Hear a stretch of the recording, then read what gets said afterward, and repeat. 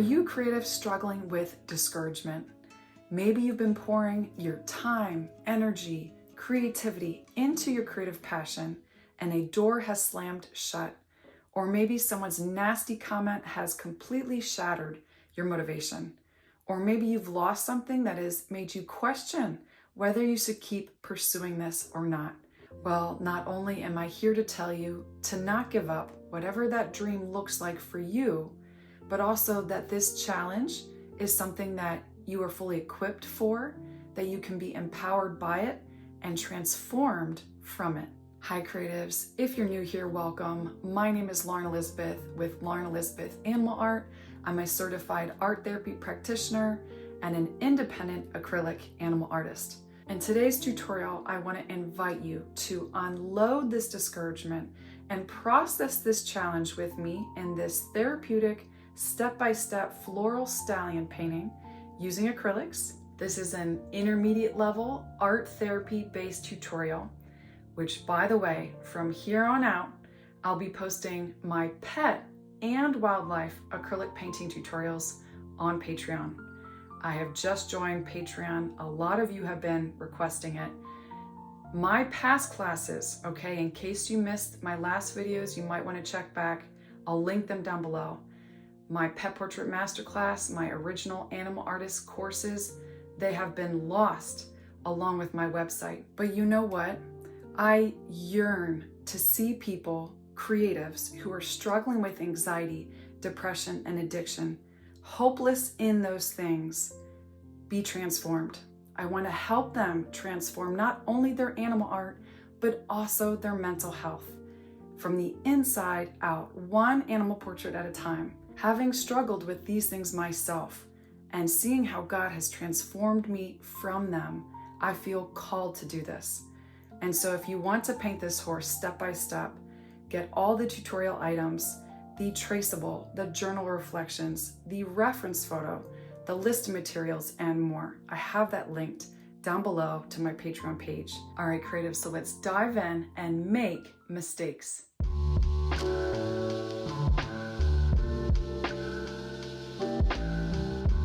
All right, so by now you want to have your traceable outline transferred to your paper or canvas. Again, those instructions and all these tutorial items are linked in the description. Here we go. All right, so I have white. This is Fluid Titanium White by Golden Brand, the only type of white I buy. The rest by Master's Touch and Liquidex. I'm adding sky blue and grass green and a little bit of cad yellow. It's in my paint palette. So we have white, sky blue, grass green, cadmium yellow. And we're gonna get started on their background, mixing up our colors. We're gonna mix up a beautiful turquoise. And so I recommend a palette knife. So I'm gonna pull aside a good amount of white, sky blue. This makes the most beautiful turquoise. Sky blue, grass green, and a little bit of yellow. I like to just pull in a small amount of paint first and then go from there. And because we need to mix up a lot, that's why I like to add a lot of white to it. So that's a little on the light side. I'm gonna go through another round of all those colors. Grass green, sky blue, cad yellow.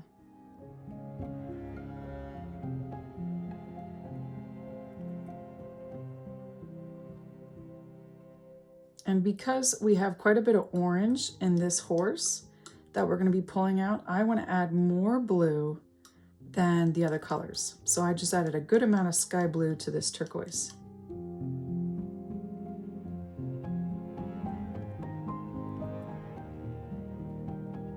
Once more, I'll add the rest of my blue in there.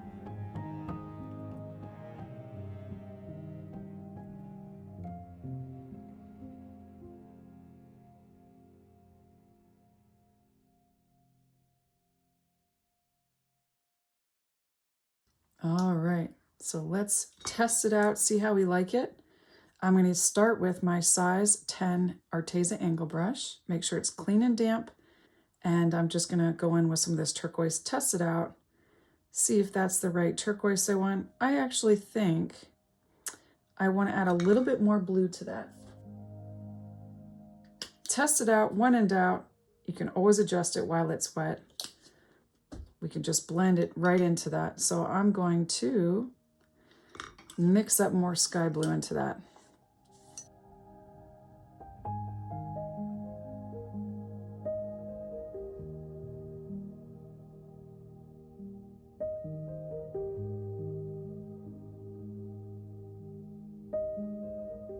So I'm going to test it out now, see if it's blue enough.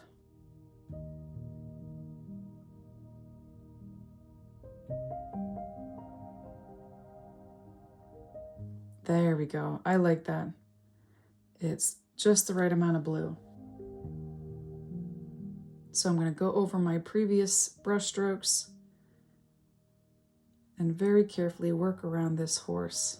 All right, creatives. So as we begin working on our background, we're going to tune into our breath, taking 5 deep breaths in through our nose and a long exhale out through the mouth. You ready?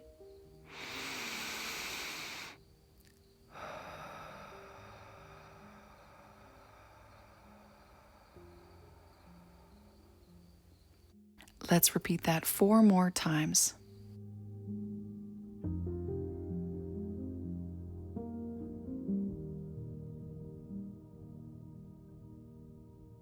So right here, I'm gonna cover up that little eyelash. We'll paint that in once our background is painted and dry. But now I wanna speak right to the heart of the creative who feels so discouraged, so broken down, as if your dreams are just obliterated and will never come true. In your heart, you desire so badly to maybe be a full-time artist or musician or children's book illustrator. For me, for as long as I can remember, I've been painting and drawing flowers, cats, dogs, and butterflies. Maybe you were like this too, but I have memories of being really little in daycare, every morning pulling out the markers, the colored pencils, the crayons, just getting so excited to create something new every day. And it was oftentimes animals, flowers, and butterflies. Now, skip all the way to when I was 15 and my parents were asking me what I wanted to go to college for. I remember that moment so clearly because it took so much courage for me to say, I want to go to school for art so I can be a full-time animal artist. Not only because it's definitely a challenging career to make an income from, and I knew my parents would be thinking that same thing, but also because I wasn't super gifted. I had so much work yet to do on my skills and technique. Now, if you're wondering, I didn't end up going to school for art, but instead nutritional sciences and exercise science. Not because I wanted to, but because I felt a lot of pressure to. I felt that would please friends and family, but I ignored that calling. I ignored that deep desire of me wanting to inspire, encourage, and bring hope to other creatives using animal art. Now, maybe you can relate to this, but I still sometimes, and definitely in the past, would shame myself and feel so selfish and guilty for wanting this so bad. And then carrying that shame along this journey that is hard enough to be a full-time artist, then going through hits, then going through trials, hit after hit, discouragement after discouragement that just makes you want to give up, but you know what's in your heart is not from you. It's not from you. Jeremiah 1:5 says, "Before I shaped you in the womb, I knew all about you. Before you saw the light of day, I had holy plans for you." Friend, if you're an aspiring artist of any kind and you're watching this video right now, I don't think this is a coincidence. If your spirit is broken and you're feeling so discouraged, do not give up. Our good and loving Father put it there from the very beginning for your good and for the good of others, so you could bring light to this dark world that is only getting darker. All right, so I want to make sure I get inside this area. I'm actually going to scoop around this strand of hair right here, this clump, and I'm going to go over some of my traceable, and that's okay. It's just flowing in the air, so we're going to see some of that background color in there. So now what I'm doing is cutting up at an angle in between almost each chunk working along the traceable outline around the flowing hair. We want to paint the area behind that hair, but still give us a little bit of a guideline as to where that hair is falling and flowing. Now, going a step further, continuing our conversation about our creative dreams, try your best, and this is where I'm at right now, to see this as a giant challenge that you can overcome, not as a threat. The key here is in our perception, and it will either add to our anxiety and stress or actually empower us. If we perceive this as a threat, we believe we lack the resources. We might believe this is a complete loss. But let's try to flip that in contrast, seeing it as a challenge that any stressful situation, including this one, can be an opportunity for mastery, an opportunity for growth, and an opportunity for God to change us and flow out of us. I know for me personally, when I'm in those weak moments and I look up and I pray and I seek Him in it, that's when His power is made perfect in my weakness. That's when He flows through me and out of me into my art. And so can I encourage you to do that today?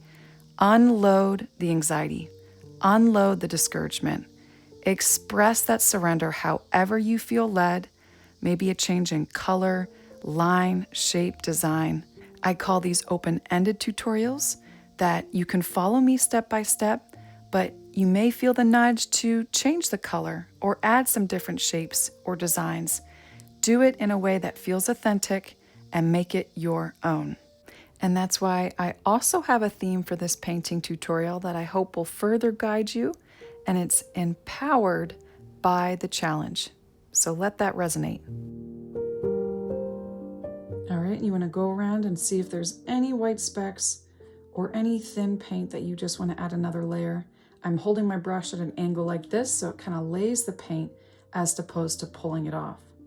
Now there is no rush here. Of course, you can use the pause and play button on your screen if you're still working. You can even blend in some other colors since this is still damp. Likely yours is still damp, like added blue or light blue or some yellows or even some dark greens, giving this more of an earthy vibe to it. Or maybe you're using a different color.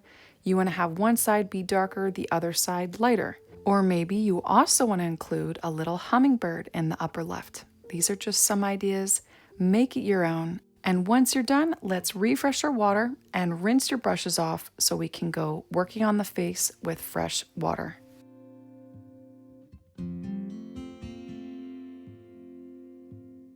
Now let's work on that face. All right, so I'm going to add violet to my paint palette. Raw sienna. This is orange. And yellow ochre. So those are the main colors we'll be using to paint the horse, but we'll also need black for those eyes. So I'll go over that again. We have violet, raw sienna, orange, yellow ochre, and I've just added black. Okay, so the black and violet are in two different spots. Those are easy to get mixed up. And next we're gonna work on the eyes, nose, and mouth and the face. I'm gonna grab my palette knife again, mixing up black and a bit of white to make a dark gray that's black and some white. Now I just wanna make a very important note here. We're gonna be doing small mixes, almost little micro mixes of paint. You'll notice me building from the previous color that we mixed up to mix in either a lighter color or a darker color, blending and applying these while our paint is still damp. So I highly recommend, just for this face, you work on this in one painting session, okay? All right, so I'm gonna make sure that my brush is clean. This is a size 0 liner brush. I'm gonna start on the left side. And the easiest way to do this is simply filling in the eye. And then we'll add in the raw sienna, which is going to be the iris color.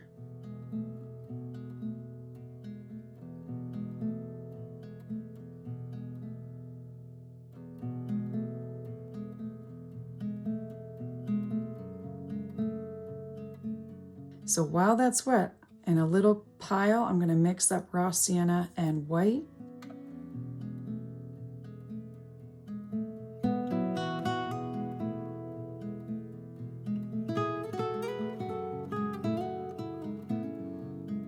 And I'm going to be painting in at the bottom just a very small little line. This is going to be subtle, and we're going to need to add a few layers of raw sienna and white at the very bottom. So that negative space is going to be the pupil above it.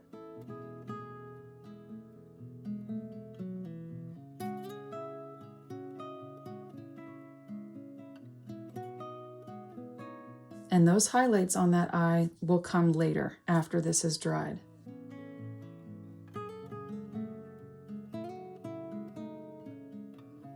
I'll add just a little bit more raw sienna in this and just bring it up.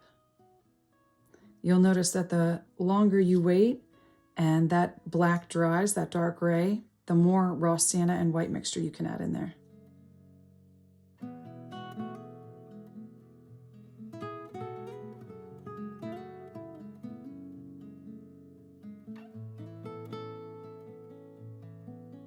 So we'll do that exact same thing on the right eye.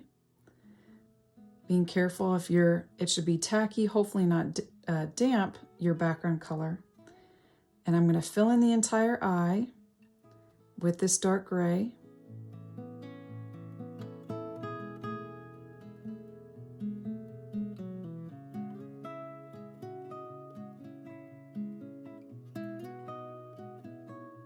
All the way to the outside of that eye. And I actually left the smallest amount of white at the bottom because of how much lighter this iris is because of the light source. So I'm going to wash off my brush, make sure it's clean and damp, and while that's wet, I'm going to get the bottom of it and curve around at the bottom to paint that iris, leaving that negative space being the pupil.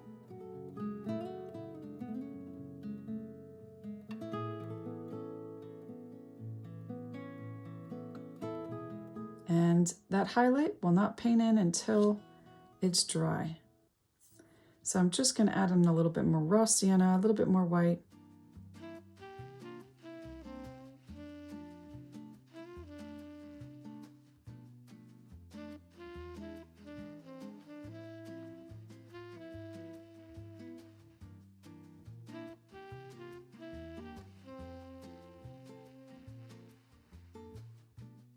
And if you need to, go back to your dark gray and reshape that pupil right above it. I'm going to have to do that because I brought it up a little too high. And this right eye might look a smidge bigger than the left, and that's because we can really see a shadow below that eyelid and the eyelash, more so than we do on the right eye or the left eye.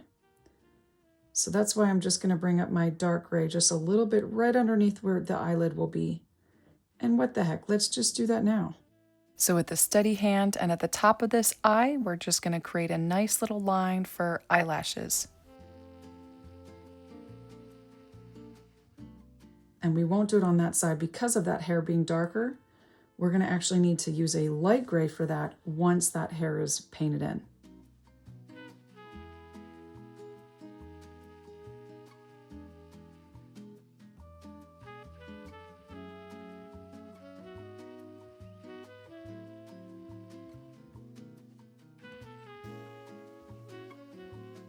So next we're going to paint on those nostrils, and we have a small amount of this nostril exposed. We see into this nostril a bit more.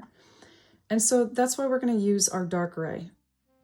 Same brush, size 0 liner brush. And I'm just going to fill in both nostrils. But once again, we're going to work wet into wet with these next techniques, working around the muzzle.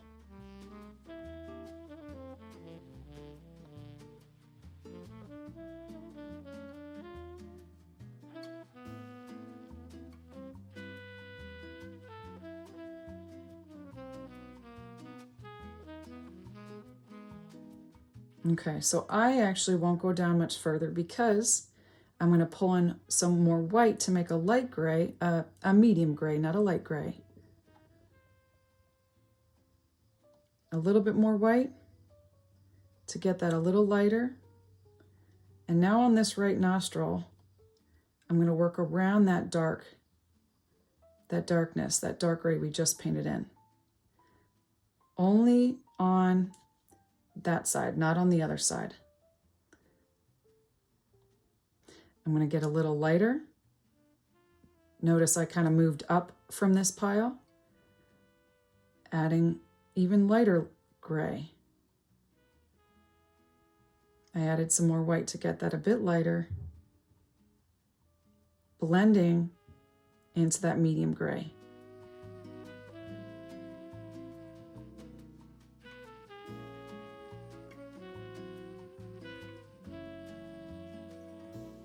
All right, I'll stop about there. So I'm going to wipe off this paint. You notice how I did that? I didn't wash it off, I wiped it off. And I'm going to blend out this line. I'm just going to soften it. Those two areas are damp, and I can just blend it to smooth it out. And we'll be using that technique a lot in this painting. So I'm actually going to go back to that medium gray again. Bring it down a little bit more. Darken it up a little bit more and bring it down. And bring it down right at the bottom of the nostril on this right side. Blending. I'm doing these small little circular brush strokes. So here's an example of those small mixes where we take from the previous color, and just make sure you save that in case we have to go back to them. I'll go back to my light gray, do some blending above that nostril, and stop about there.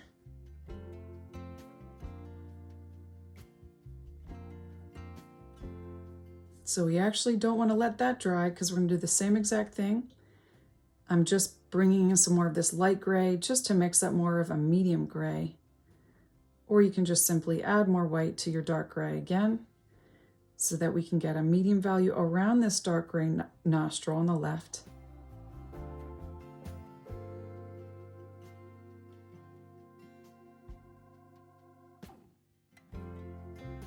We have more darkness on this side, so not as much light gray. I won't bring it all the way out to that line, but pretty darn close.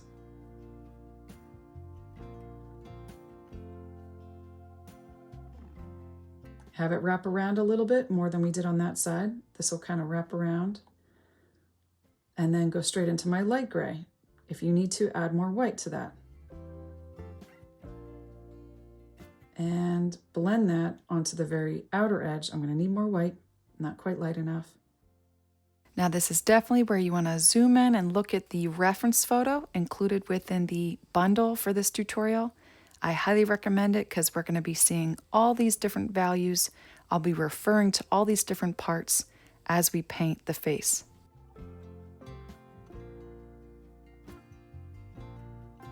And down. And around these lips, down and around. All the way to the other side with our light gray.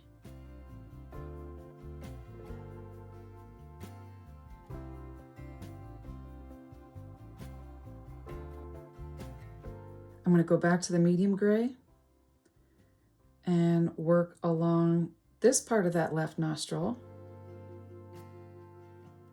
Kind of curves up like that and back down, but then immediately go to my light gray, paint in that little small pocket, and back down again with my light gray.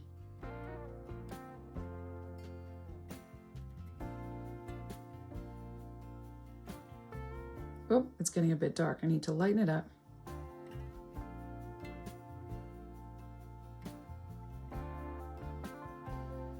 So here's the fun part. We're going to start pulling in some purples. So I'm going to go add some purple into my light gray.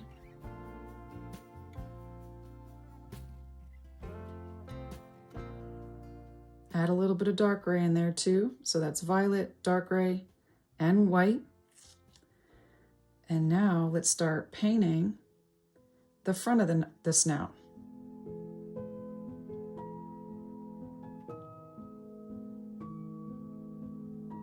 I'm going to bring over top that light gray a small little line for a little indent right there on the snout.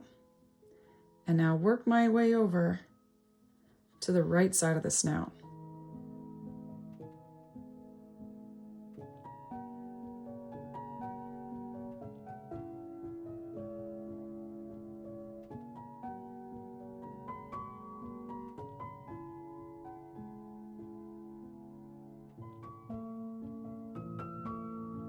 All right, so I'll bring it up to about there and then start pulling in some more white into that so we can transition to our tan colors. So I just added more white to that violet and I'm starting to blend up.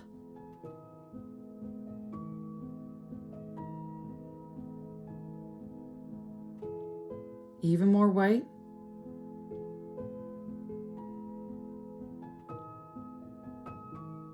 Blending up and adding more white. Working along the right side of this nostril now.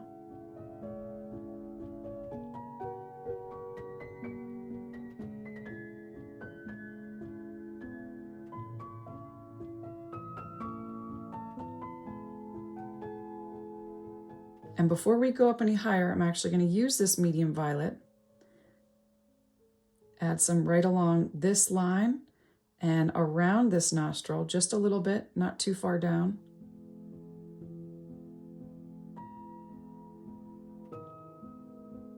I'm actually going to make it a bit wider. There's 2 highlights in there that we're going to get. And I'm going to get that with my lighter version of light violet, the lighter violet. Add a highlight in right in the middle that goes down. And then a highlight on the outer edge that goes down.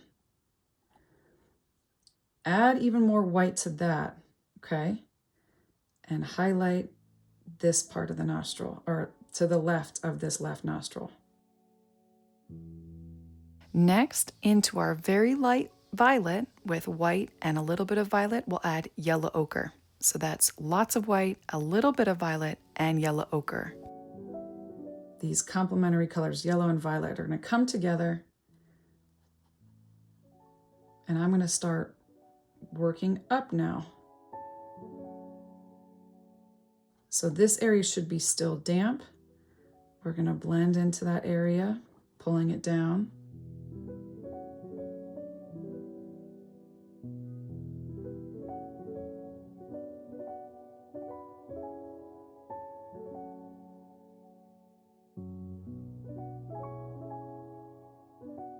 I've added more white to this to get it really light, like almost white. And there's a little traceable line that is right here. I went up from it. And now I'll fill in the top of that nostril where we added those grays.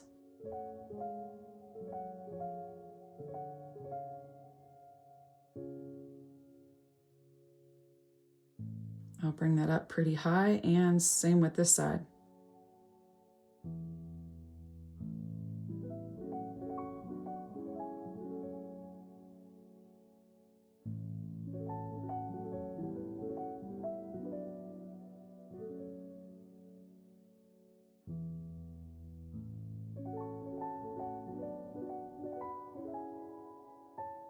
Now I want to mix in a little bit more of a medium violet value purple into there so that we can add just a slightly darker value on this side than we did in the front because of the light source.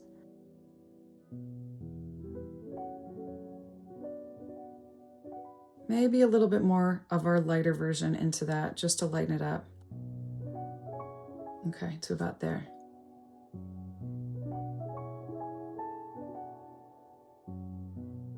Now, before we move up too high, let's move back to our violet. So I'm going to go in with our dark gray into a separate pile, add some more violet into that, and white. So this is darker than the medium value gray violet.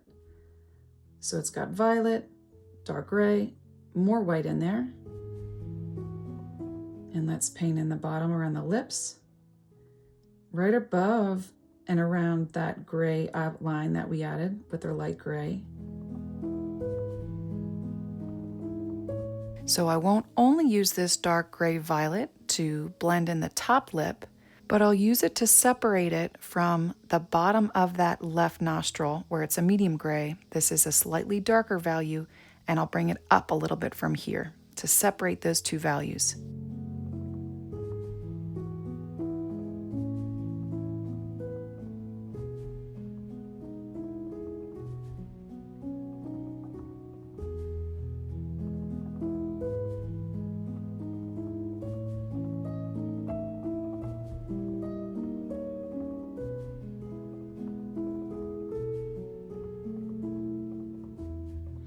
Now I'm going to go back to my medium value violet because I just want to get a little bit in here, a little bit of darkness.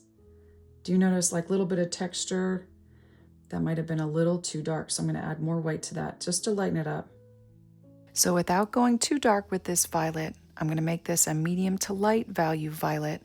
I'm going to paint it within a border of gray we have above it, and then I'll also make sure there's a slight light gray border below it.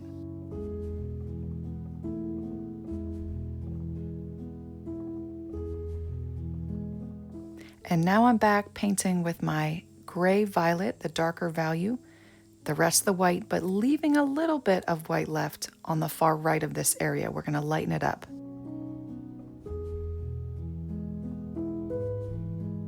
I'm going to go back to this yellow violet here. It has our yellow, ochre, white, and violet. I'm going to add just a little bit of a highlight in this corner here where the light is hitting this part of the nostril and blending.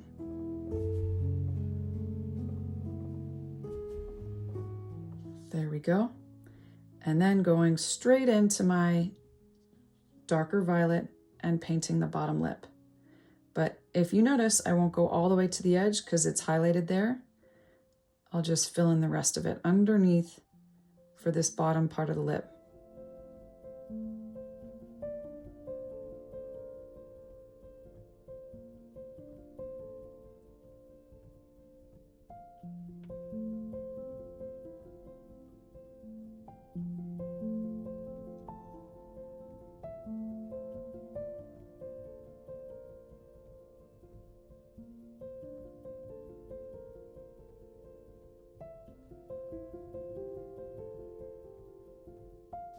Now, in case you pulled some of that dark violet down a little too far into that outline on that top lip, I did that, and I'm going to touch it up with more of our medium gray.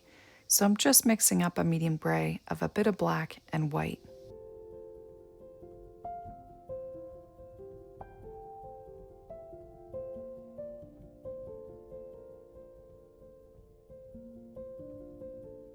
And with this yellow violet, I'm just going to add a highlight here, right where we left it white of the canvas, on the right of the bottom lip. So with our yellow ochre, white, and violet mixture, this is a lighter highlight we're adding, blending it into the side of that bottom lip. It's a very subtle but important highlight that we'll really see when we paint that neck. So we're going to switch to our size 1 Arteza round brush, and because that light source is hitting so strong in the upper right, I'm always going to recommend we start on the left side, the opposite side where it's the darkest first.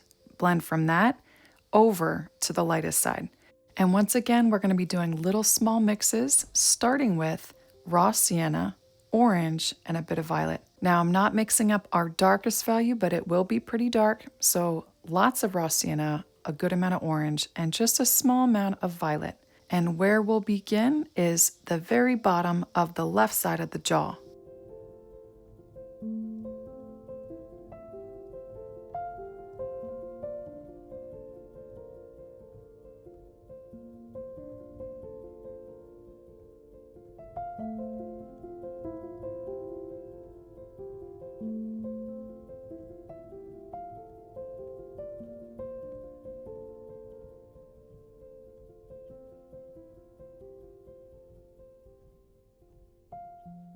Into that color, I'm gonna pull aside a little bit of that color with some yellow ochre.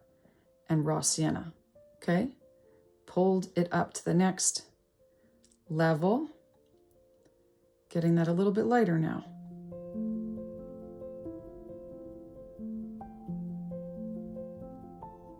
Now what you might need to do is move to a smaller brush, and that's what I'm going to do, move back to my size 0 spot brush.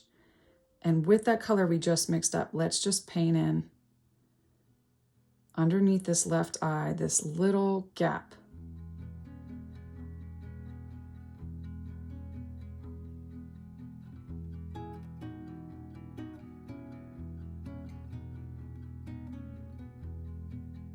But because of another light source coming from here, it's going to get lighter, which is why I'm going to pull in a little bit of yellow ochre and raw sienna, yellow ochre and white into that. Now keep working on that left side of the jaw, but in a moment I'm going to add more white to this and then work on the right side of the jaw, just a little sliver that we see. So not only do I want to encourage you to create and create as often as possible, but also to pull out that journal and process it there too.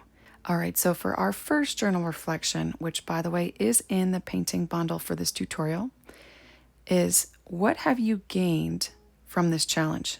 Not just one thing, but I want you to list 3 things that you've gained from this challenge. Reflection number 2, how could you use this challenge to clarify your purpose and the people you were created to serve?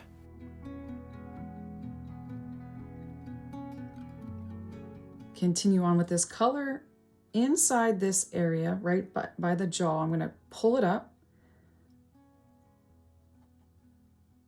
And now what I'm going to do is add more white to that yellow ochre mixture that we just made up.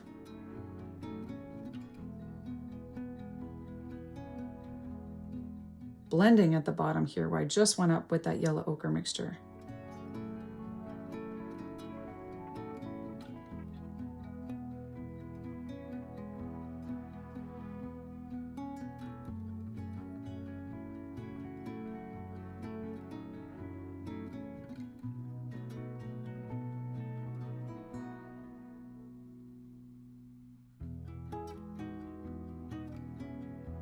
And more of this mixture, this lighter version,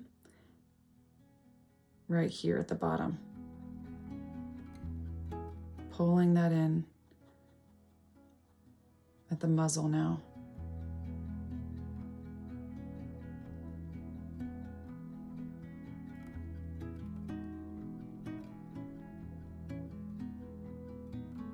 So I'm going to go back to a mixture of raw sienna, orange, and I'm going to test that out. Yes. So I'm going to now, I moved kind of over pretty far so that I could just test it out and see what it looks like. I'm going to now blend that in with the highlighted area we just added. So that's equal parts raw sienna and orange, and where I pulled it over so that I could blend it nicely without getting rid of and covering up all that yellow highlight on the left side.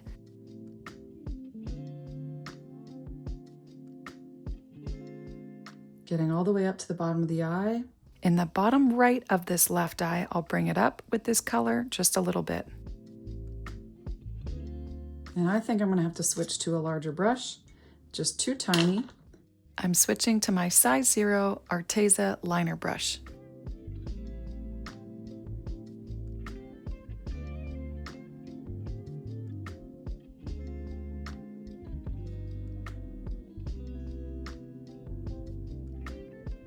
You notice how it's a little pocket. There's just more darkness down there than the other values. I'm going to pull some of this paint off, go back to that lighter value that we were mixing right here. I want to kind of curve this around under it and attach it to this area and work over. I'm going back to my raw sienna and orange mixture.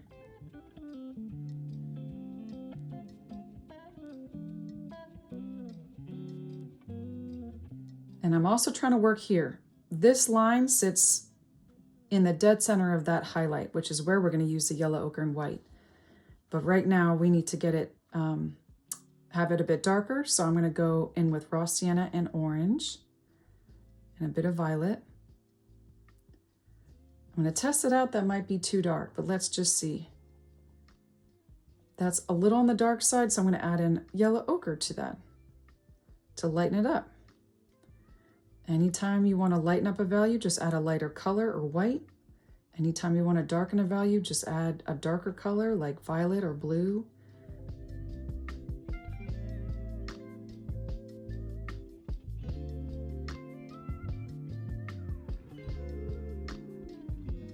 All right, so I'm doing some blending. I'll move up a ways.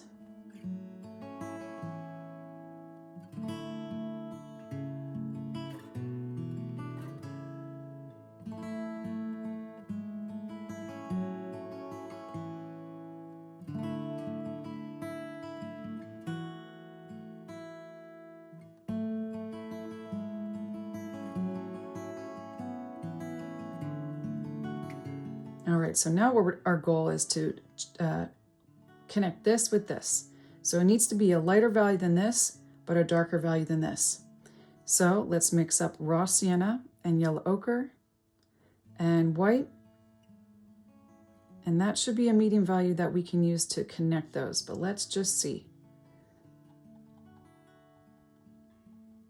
Let's just add it and we can adjust it as we go. I think it's gonna work. I'm going to pull this down along this traceable line and that highlight that we added to the left of that area. Connect it with those violets.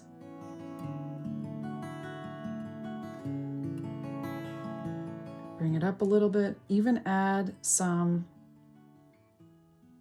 and blend some just to help connect it a little bit better. Before this dries, we just want to add a hint more yellow to this area, lightening it up ever so slightly. And bring it down. I even pulled some of this paint down that was already wet. Pulled it down to about there. Washing off my brush. Adding white to that mixture we just used. Adding white to help us connect it.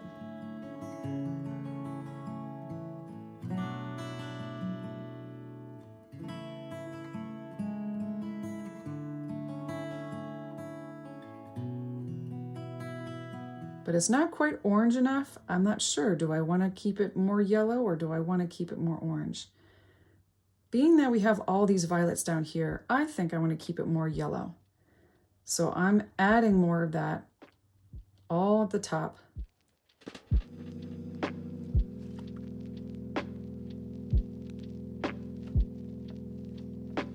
And now working in the middle of this highlight, I'm going to basically squeeze this area, filling paint inside here and to the left and right, and then we'll add the highlights.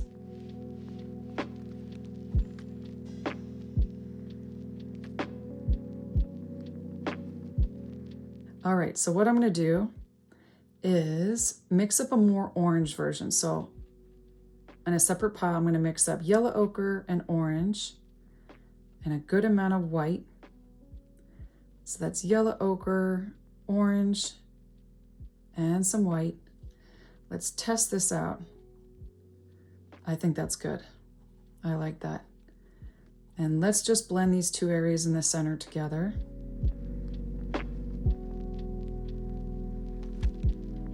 I can even bring some of it down a bit lower.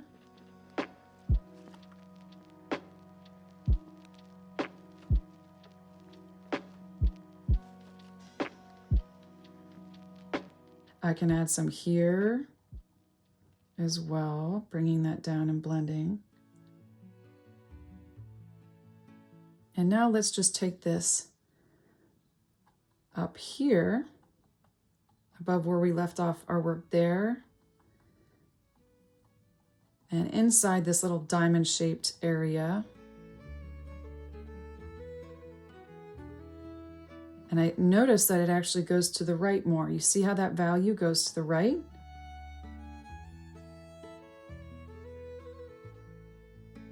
Let's now, because this is a good, strong color that we can use to fill up the majority of the face, I'm going to now fill this area in.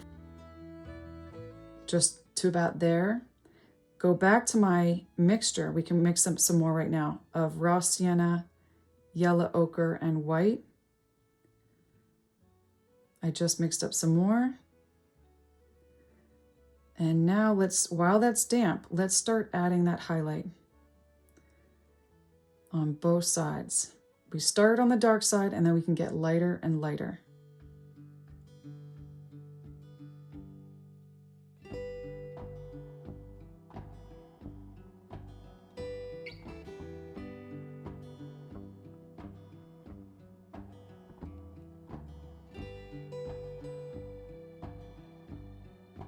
I'll go to about there. Now, before we move on, I want to adjust these areas so it's not a line. I don't want a real strong line left there.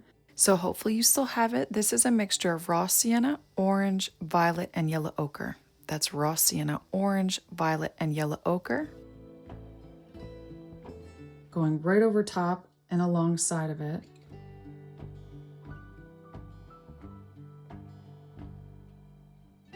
Blending is key here.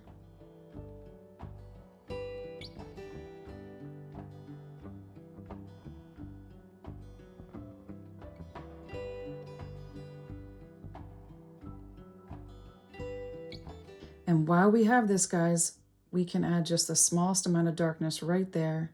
So I might mix the value, love it, and see where it also fits in another area, better than what I've placed before, like right here on that left jaw area. And you know where else? Right inside, above, to the right of this left eye.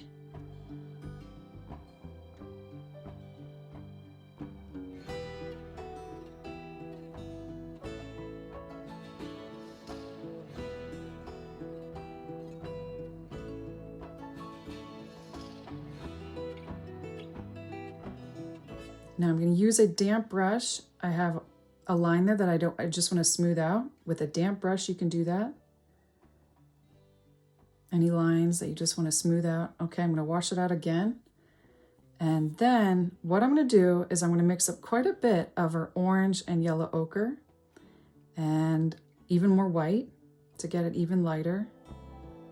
So with this light yellow orange, we're going to be working on the forehead. A lot of the subtle changes that we'll be doing will require our paint to be wet, this paint that we're adding to be damp. So just follow me step by step, and then we'll add in those highlights and those lowlights.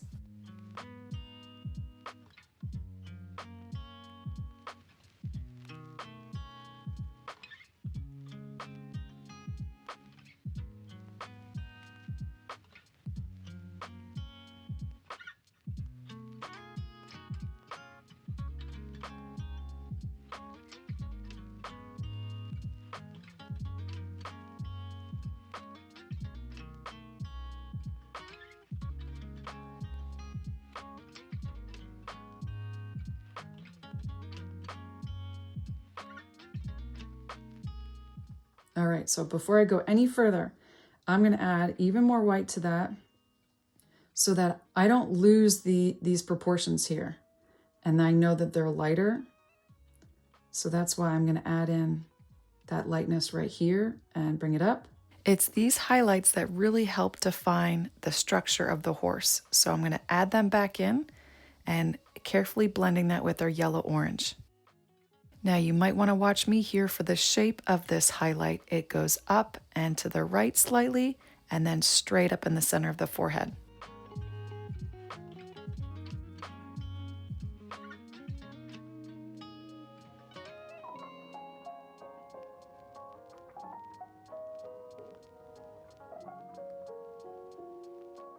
The orange yellow, I can add that there and here.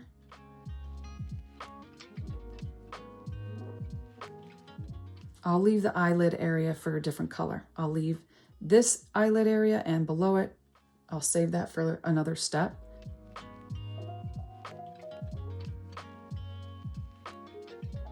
I'm going to go back to our mixture. If you need to go work backwards, it's just orange, yellow ochre, and white. Going back to this color here that we were just painting in. We're just going to paint in some more. That's why it's so important to mix up the next color right next to the previous one and not completely into it. just in case, and it's very likely that we have to go back to it. I'm leaving this area just like we left it white to not lose proportions.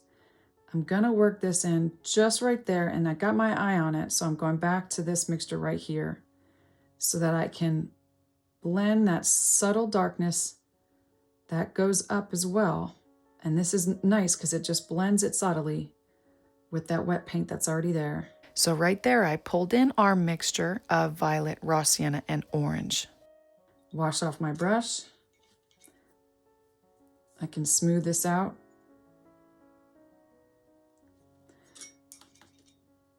Go back to my orange yellow. Paint this area in.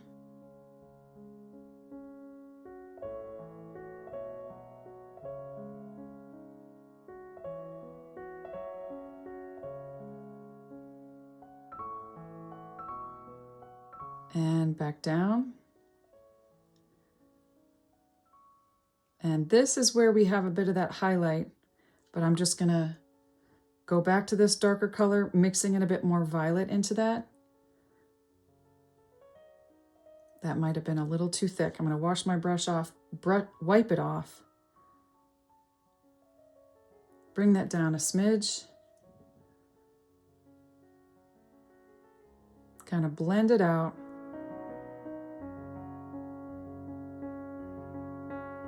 Go back to my orange yellow. And I actually want to pause because I want to add more white to that orange yellow. More white so that I can add in that highlight now. This highlight that goes above that right eye.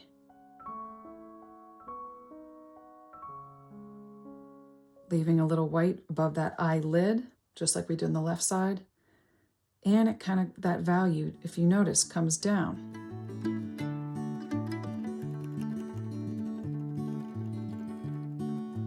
Oh, and look, I am just, that color right there reminds me of a light pink. So that's why I am going to pull in some fluorescent pink. When an accidental color pops up or a different color just reminds you of another one, why not? Just try it out, test it out when in doubt. I'm going to add this beautiful color to our mixture of yellow ochre, orange, and white, our very light highlight that we've been adding, blending it now down along the right side of the jaw. So I'm going to bring it down. Now, I need to make this area symmetrical. That jaw and the darkness of this jaw needs to line up. And there's the weirdest little like slight tan highlight below this area. So I'm just painting above it. I'm going to add in a little bit more of my fluorescent pink just to get that darkness, that value right here.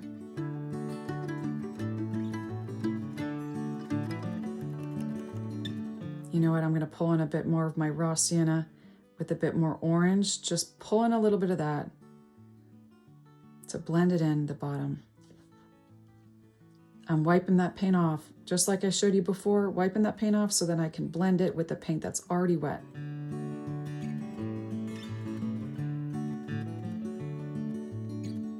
Excellent. Washing off my brush completely. Getting even lighter because now this side is even lighter. I'm going to pull yellow ochre into that, white, and some of that pink.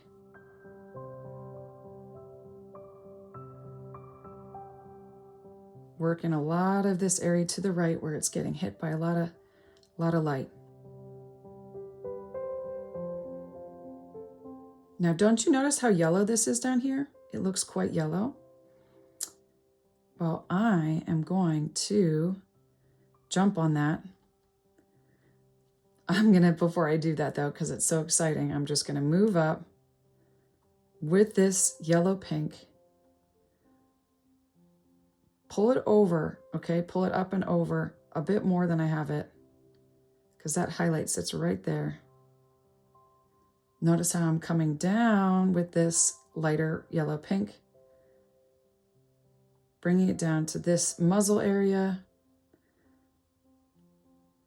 I'm going to fill in this gap, blending some in there.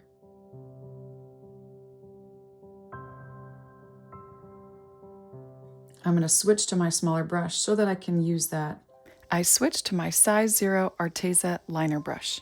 I'm working right underneath that gap below the right eye. We're going to use different colors for the area of the eyelids and lower part of the eye. With that same color, I'm going to carry it underneath that pink, yellow, brown jaw area. It's this tiniest little sliver right there, so be very careful with the steady hand, down and around.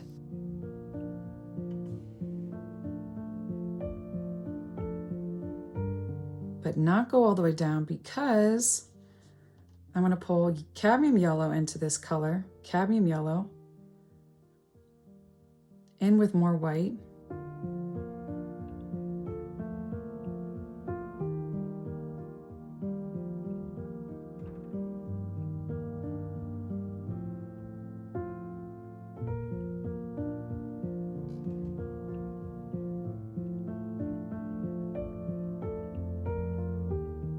Doing a little blend in.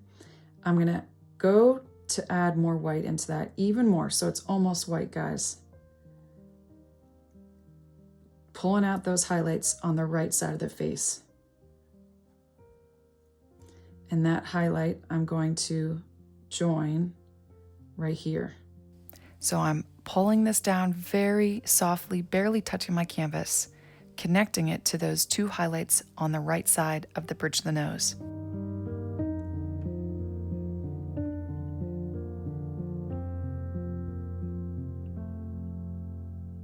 Now we have some gaps, like there's an area here that needs to be a bit darker.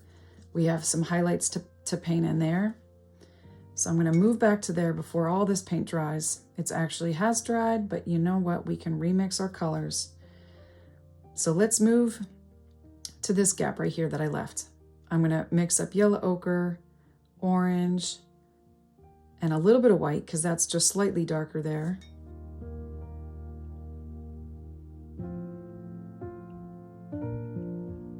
There's like lines in there. Do you see those subtle little lines that cut in? I have some of those same lines on this side of the face.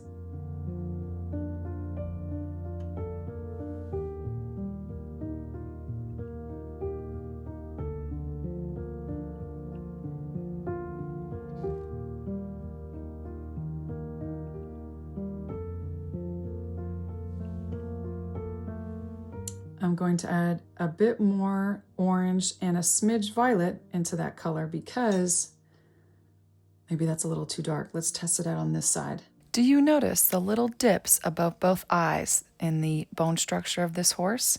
Well, that's what I'm painting in here. It's a little too dark, so let's remix. We're going to try this again with yellow ochre, orange, raw sienna, and a bit of white. So that's raw sienna, orange, yellow ochre, and a little bit of white. Smoothing it out and bringing it up and back. Notice how I'm going up and slightly curving it up and in.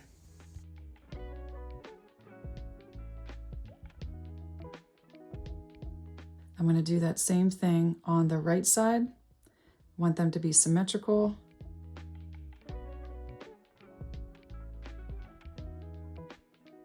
This one's a bit more subtle because of the light source.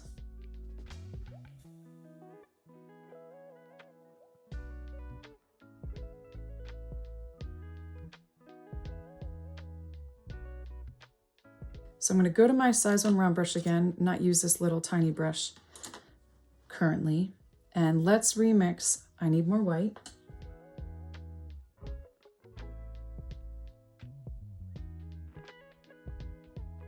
So I'm going to remix our yellow-orange mixture. So this is white, orange, yellow ochre. Again, that's white, orange, and yellow ochre.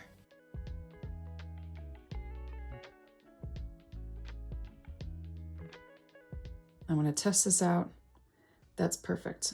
All right, so I'm going to reshape this, get it a little bit better, because it kind of curves and then dips around.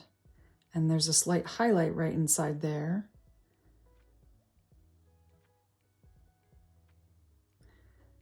So I'm going to just paint up into these highlights. I'm going to connect these highlights to the back or the very top of the forehead, and then get more orange in there.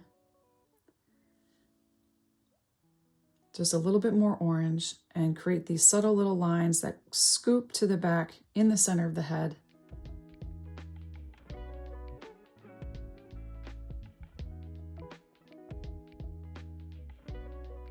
Also above this curved line here. This goes all the way to that point because that hair is going to create a bit of a shadow while also doing some blending. Dab, dab, dab, blend, blend, blend. That's what I'm doing with my brush. So that color too, I can use right here. Oh, it needs more white. So more white and more yellow ochre. Try to mix these in separate piles, unlike what I'm doing, where I'm mixing it all into one. So we don't want to do that. I can add that right here. And again, right here for that highlight on the top of the forehead. But let's bring this highlight over a bit more. Make it a bit thicker.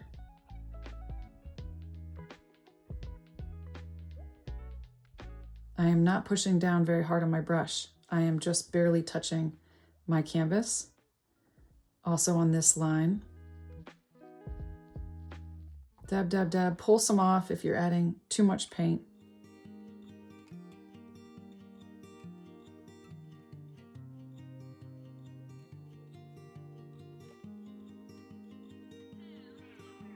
I'm going to add more white to it because we actually have, and a bit more pink, okay? Fluorescent pink and more white to that. Perfect. There's just a little bit of I'm adding more white. That's just a little too dark, more white to that. There's just a little bit of darkness on the other side of that highlight on this side.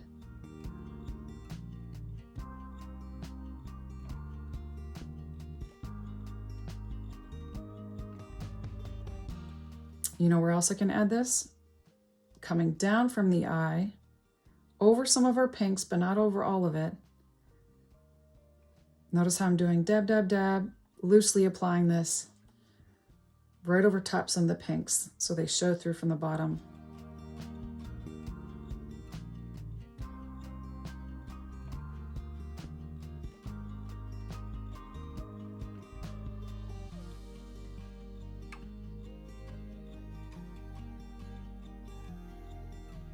And you know where else? I'm going to move backwards, pulling in some more of the orange and yellow. And this value goes right here.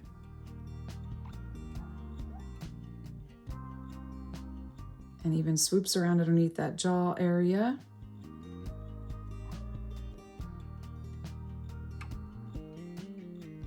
And above here. I'm pulling some paint off so it does a nice blend. It's almost like I'm adding my own glaze with my finger. And I'm actually going to do that. I'm going to apply a glaze. So how you do that is you just pull in water from your cup of water into that paint mixture. So it really thins it out. And you add that thin amount of paint wherever, and here I'm doing it to the bottom right of this left eye. And that, spreading that around with my finger is going to just add a subtle tint over top our work. So it doesn't get rid of all our work, but it just lightens it up slightly. Now to get rid of the excess water, make sure it's not dripping from your brush. I'm going back to a more drier version of this mixture without the added water, and I'm going to add that to that left eye. For highlighting right here by the eye,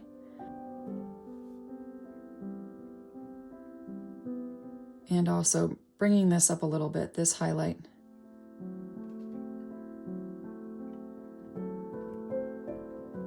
So I'm using the dry brush technique with what little paint I have left on my brush to highlight ever so slightly on the right side of the forehead. Let's just dab, dab, dab, adding a small amount of paint. So our lighter version of this yellow-orange with the added white, I'm going to add it, then dab it. Add it, then dab it, so I can pull some off so it's not so bold, and I can smooth it out right over where those highlights are on the forehead.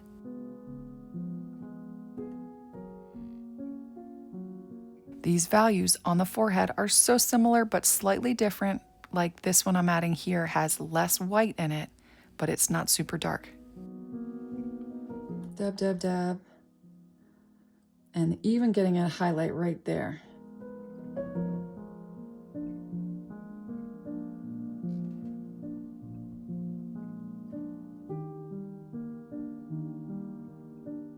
And I want this to be seen more, this area behind it on the head. So I just pulled in more of the darker version and just brought it down a little bit there.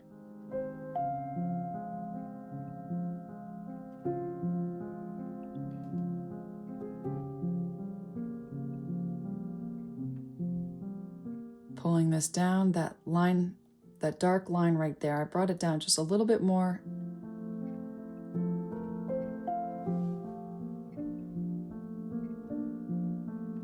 That doesn't go there. I could actually, thankfully, I could still wipe that off. But a little bit of a highlight right there on the bottom of the jaw. And I'm glad that paint is still wet, that yellow ochre, light pink mixture. I want to bring that back in there. So that was our mixture of yellow ochre, orange, and lots of white with added fluorescent pink.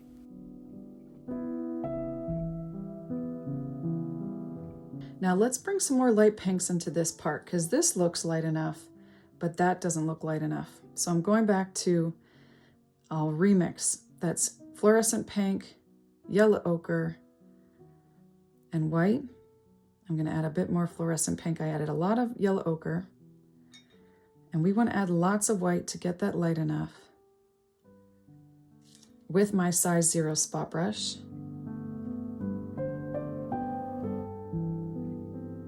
I want to lighten this part up. I'm getting some, good thing I have more left over. I'm already getting some pinks on there. Even more fluorescent pink and even more white.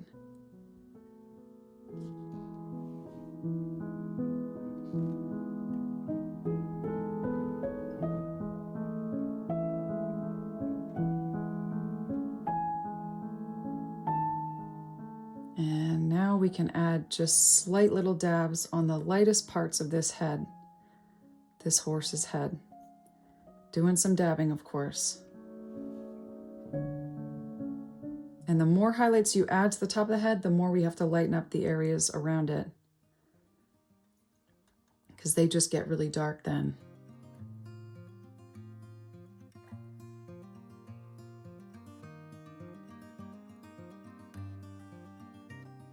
I'm going to add more yellow ochre to this area.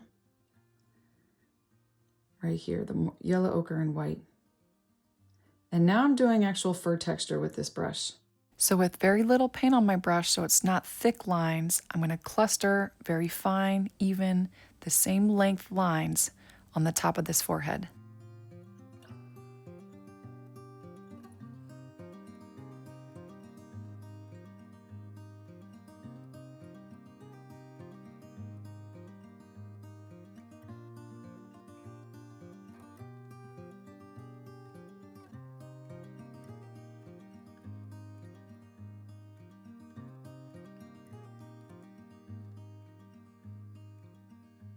I'm going to go back to my highlight right here. And then I'll add more yellow ochre to it. So a good amount of yellow ochre to it to add more highlights on this side.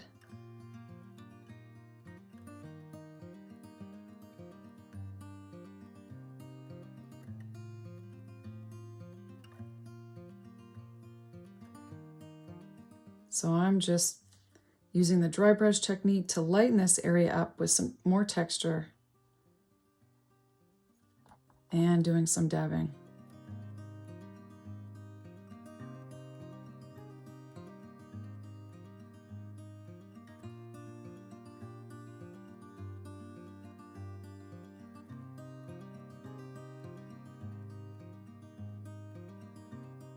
I don't really like that yellow outline there. It's just a yellow line that I don't really want. So I'm going to go back to my yellow ochre and pink mixture.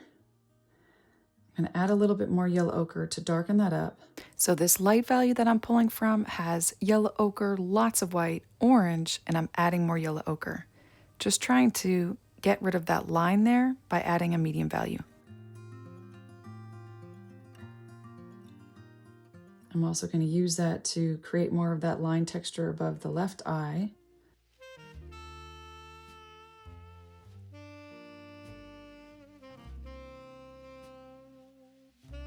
And I actually missed a little bit of white. I'm just going back to the original pinks. I have a little bit of white that I just want to touch up right there. So with this paint mixture we've been pulling from with the yellow ochre, bit of orange, lots of white and fluorescent pink, I'm going to do the add and dab method where I add just a little bit on the highlights, then spread it out and dab it out.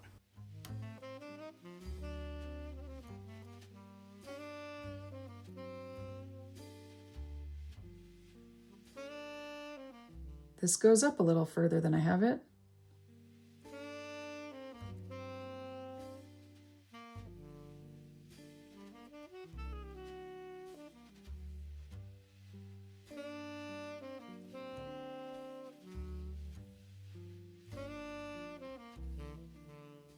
All right, let's take a rest from that face and move back to some touch-ups around the muzzle. I'm going to mix up a violet with white. And lots of white too. That's a lot of white we'll be adding. I'm going to use this just to join some of these areas together with a small amount of paint.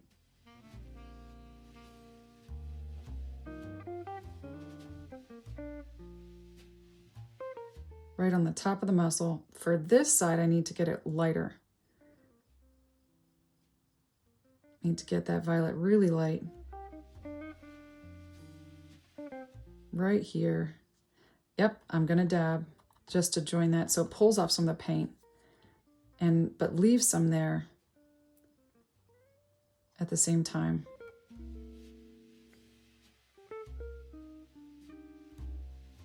I'm gonna bring up these violets just a little bit more on the left side of the muzzle and dab.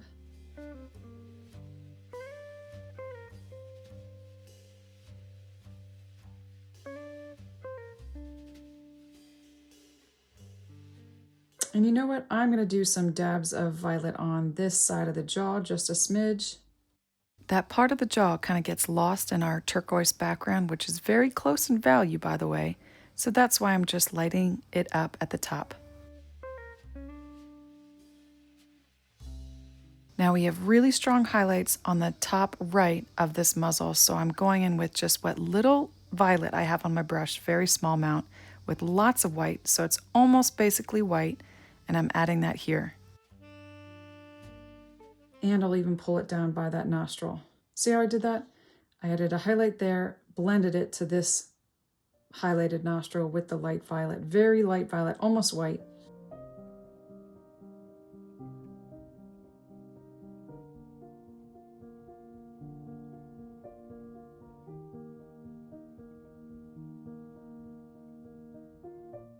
I am just adding a bit of that just so I can connect those highlights there.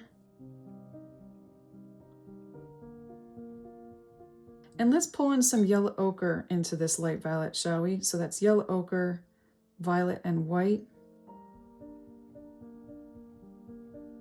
Putting back a little bit of those that we went over, bringing it down.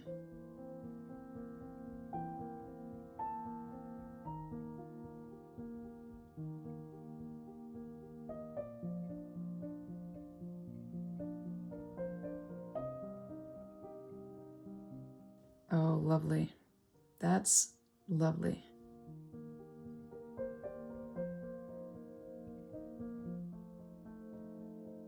And then in a separate pile, white with a bit of violet.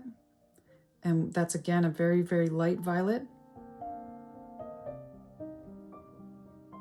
So that we can add strong highlights on the right side of this muzzle and along the right side of this nostril. Oop, it's getting a bit thick.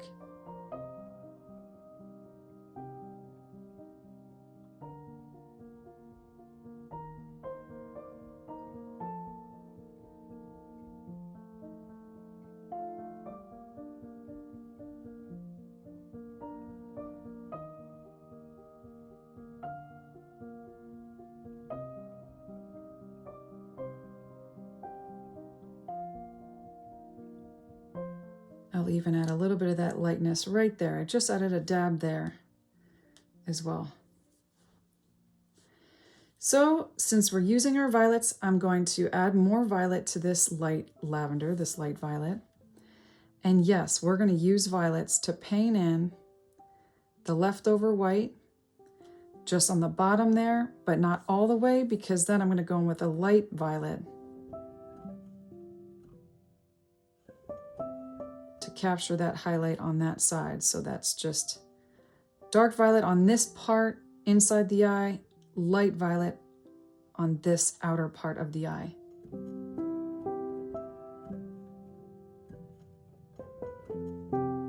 Now we're going to jump to the left eye, do the exact same thing, but switched. So this is the darkest part with the violet here. And then on the other side is our light violet.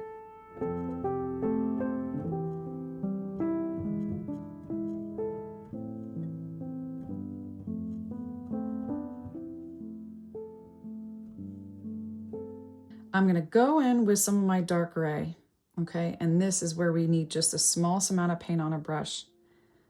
Still using my size 0 spot brush. And I'm just going to carefully, I'm not covering the whole thing, but an upside down C over top that traceable outline above that eyelid. And we'll do that on both eyes.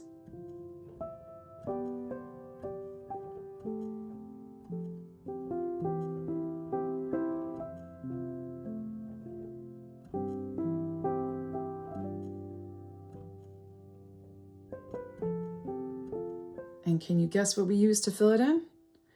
Light lavender, this light violet. I have a lot of paint on my brush, and we don't want that with our detail brushes. We just don't want to load it up with water or paint so it drips. We don't want that. Just a little bit of paint goes a long way.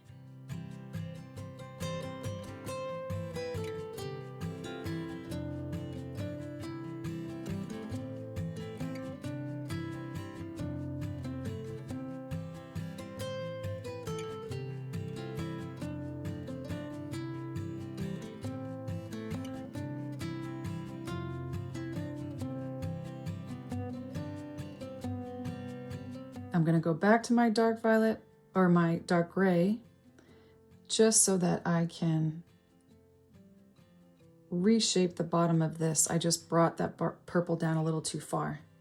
And no, we're not going to paint that left eye eyelash just yet. We still got to do that hair first, and then over top we'll paint it in.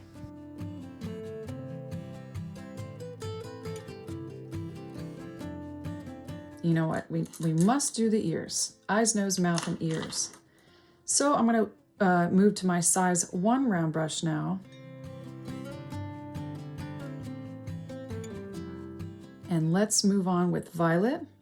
I'm going to just, this is all dry, so I'm using violet, raw sienna. And that's all I'm going to use. A good amount of violet here, way more violet than raw sienna. And let's just simply paint in the inside of the left ear. So you've gotten the hardest part of this tutorial behind you. Great job. Now it's pretty much smooth sailing from here, and there's so much more opportunity to be creative in the next coming steps.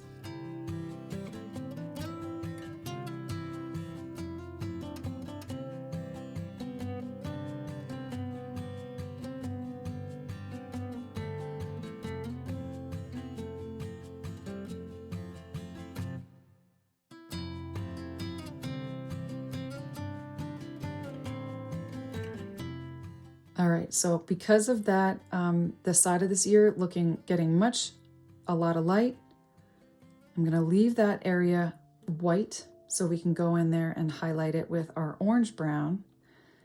But I'm gonna jump straight to the other ear and just fill it in.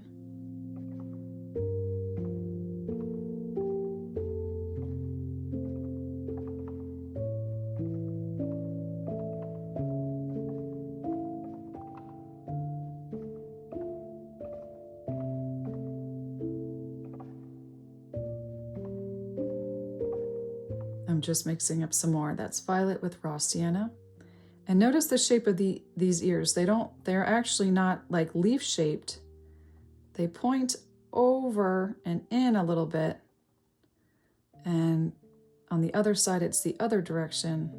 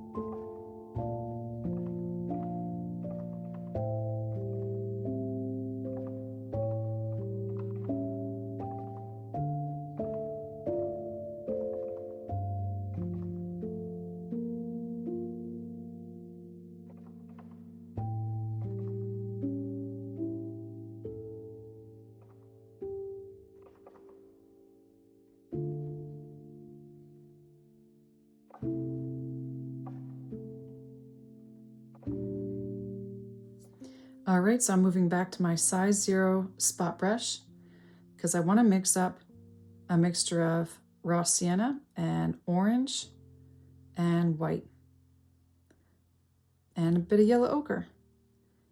Again, that's yellow ochre, raw sienna, and orange and white. All right, so I'm going to carefully paint along this leftover white that I left. I'll also do that on the right ear. I left a little bit of white there, but the line isn't as thick. The ear on the left is turned a little bit more to the left. The ear on the right is facing forward a bit more.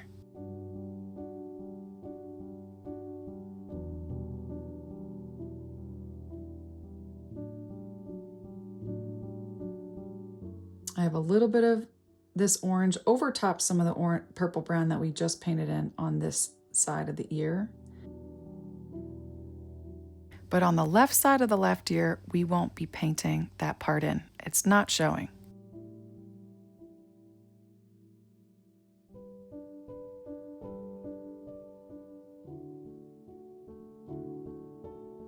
But what I'm going to do while those ears are still damp, I'm going to go in with the same color and actually switch brushes here. We're going to switch to our 2/0 liner brush.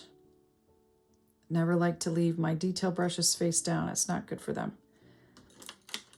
So I'm going to set them aside, switch my 2/0 liner brush, go to this color, and over top on this right ear, I'm going to add little fuzzy hairs sticking out of the ear. Not in the dead center, but over to the right a little bit more. And we want this to blend in with those purples. So we just see a little bit of that.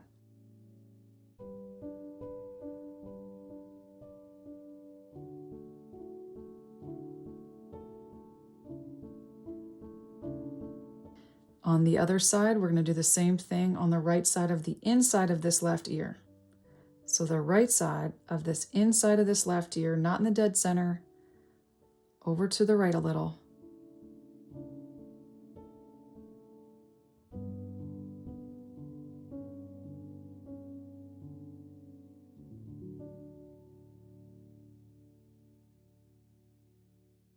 And you know what, on this ear, there's some sticking up on the other side, but not sticking up that way. It's actually sticking up this same way that we were just painting.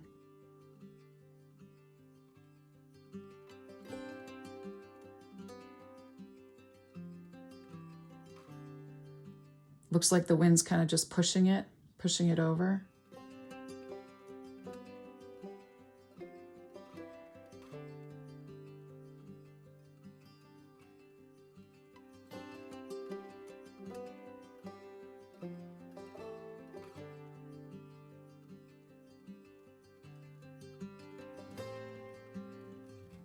So we'll go back to our size 0 round brush, work backwards a little bit, going darker now with violet and our dark gray. Violet and dark gray on the top of the ear and then down towards the dead center of the ear. That's where I'm painting. Top of the ear, down. On both sides.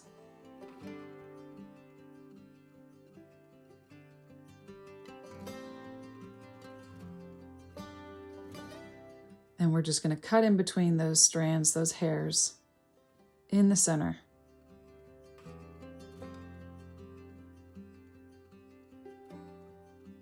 And if you need to, fix up the first layer we did, which was with violet and raw sienna. If you need to fix up any of that or blend it in with the dark violet gray,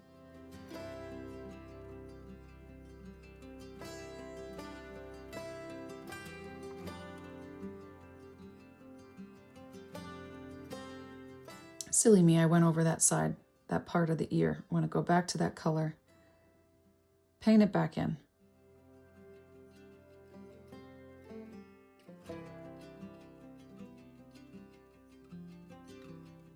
Now, before we move on to that hair, I'm seeing areas that we can add more yellow. I just love this yellow and pink, don't you? But we can also add some yellows on that left side. So I'm going to go in with yellow, cadmium yellow, and white with a little bit of yellow ochre. Cadmium yellow, yellow ochre, and white. And I've got my 2/0 liner brush. Let's just add in that highlight back in we did with a violet before. And then dab, dab, dab, adding some paint and then dabbing some off. So it's just a thin amount of paint over top. In that area. See how it's not too strong. Then I'm going to add a little bit more and then take some off. And then even add a little bit more over here. I'm even adding in more cadmium yellow on this side than the right.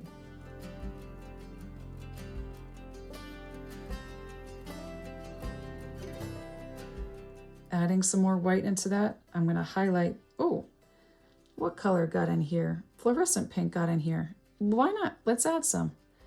So fluorescent pink and yellow, cadmium yellow and white with lots of white. Let's add some right here. See how accidents aren't really accidents. They can turn into something really beautiful. I'm pulling this down and around this left nostril, but not all the way to the right. I would recommend you pause sooner than I did, because then I have to go back and pull some more violet in, because there's just a little bit of added darkness right below that left nostril, but above that bottom lip. Now, keep working if you're still working, but I'm going to pick up my size 2 Arteza Filbert brush, but it turns out that this is too much of a small brush. I end up using my size 5 angle brush, but I'm just going to use this size 2 Filbert brush to mix up our next colors. So it's up to you whether you want to use a brush or a palette knife. Are you ready for the next step? So what I'm going to do is I'm going to mix up lots of violet. We're going to need lots of violet here and raw sienna. That's violet and raw sienna. And I'm using my size 2 Filbert brush. I'm going to be working to the left of the face now in this darkest area first. And I think this is probably not the best brush. Yep, sorry about that. It's not the best brush. I think what we'll use is a size 5 angle brush. That way we can do lines and fill up a good amount of area. So I'm not going to be too worried about this hair. We'll do that with detail brushes. I just kind of want to cut into it a little like that, like almost looking like a Christmas tree there, and then painting carefully around that face. I will go over that eyelash. We'll paint that in with a lighter value, but very carefully paint in right by the eye.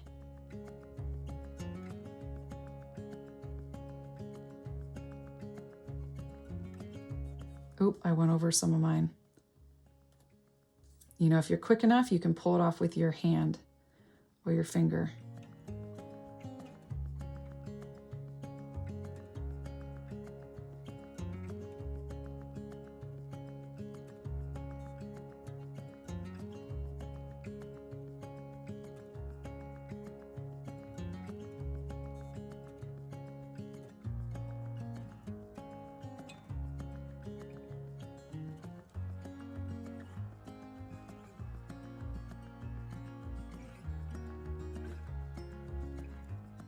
Now you want this value to be darker than this value in here. That's what we're doing. We're getting that pretty dark.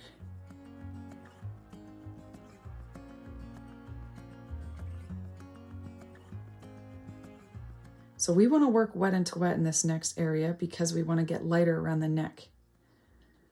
And we'll switch brushes for that in a little bit. So the last part I'm going to do before we do that, get lighter, is paint in around here.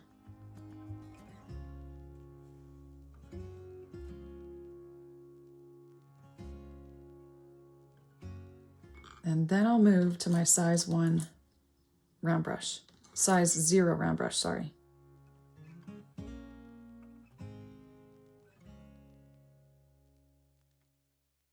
And we're going to mix up our orange mixture. So that's raw sienna, orange, white, and yellow ochre.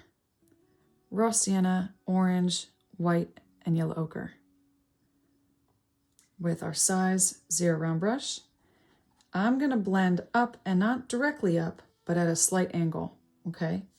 And underneath, not starting underneath here, it's like in a little ways.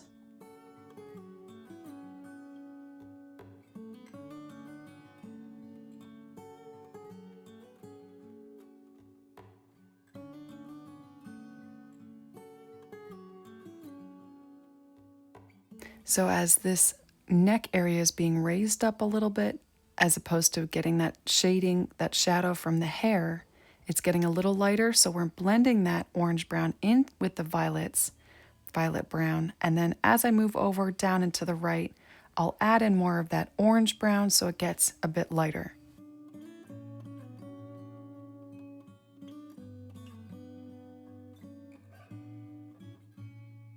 All right, so what I'm going to do, stop about there and move to a mixture of yellow ochre and white. I didn't even wash my brush off. Some of that color is going to get into this mixture, which is what I want. Blend in some white right underneath there. I have to pull some paint off. Get underneath that mouth. Blend it over. And then jump back to this orange brown yellow. And there we want a line. We want a line for the right side of that throat. So I don't have to blend that line out.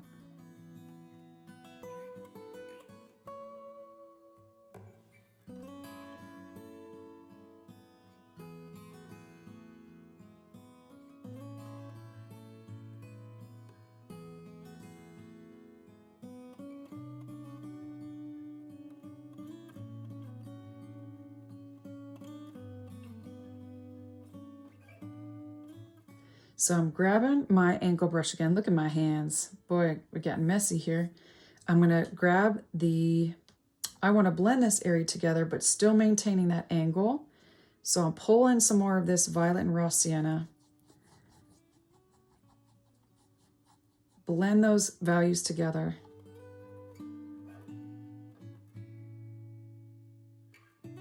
I have to mix up some more. That's violet and raw sienna. And then paint over. And we're going to paint all the way over except for the back here. We want it darker down here, darker up here, but we're going to get light again over there. Ooh, and I see some light violets with pinks. I'm going to jump on it. I'm going to do it. It's already mixing, or I'm already seeing some of it stick out. So I have violet and fluorescent pink on my brush. I want to keep this dark value.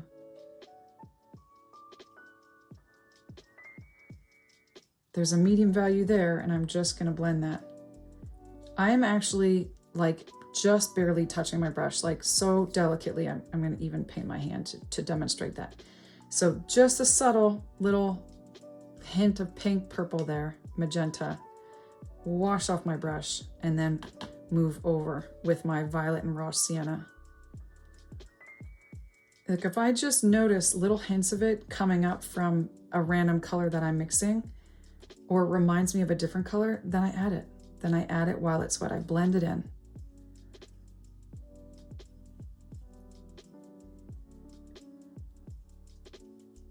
All right, so I'll move to about there, and that's where I'm going to start pulling in a more yellow with my size 1 round brush. So our orange yellow here, that has a little bit of brown, I'm going to add even more yellow ochre to it and more white, and we're going to start painting the horse's back with this color. To complement all those violets in the hair, and I'm just going to paint in the top. I am going to kind of trap in this yellow right here, trap it in.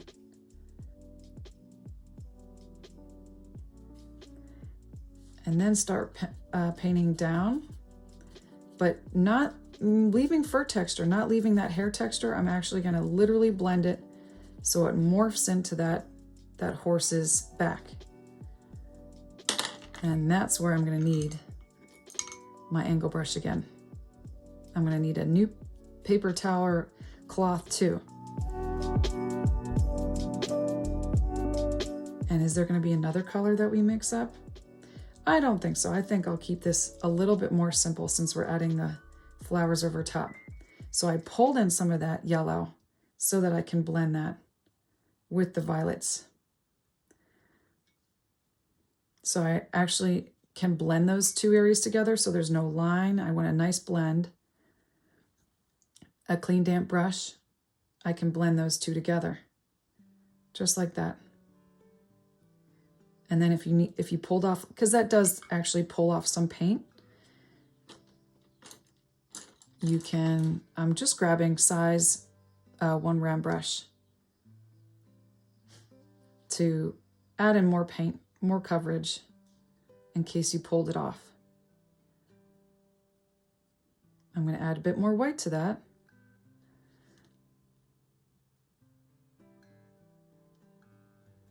To lighten up that yellow.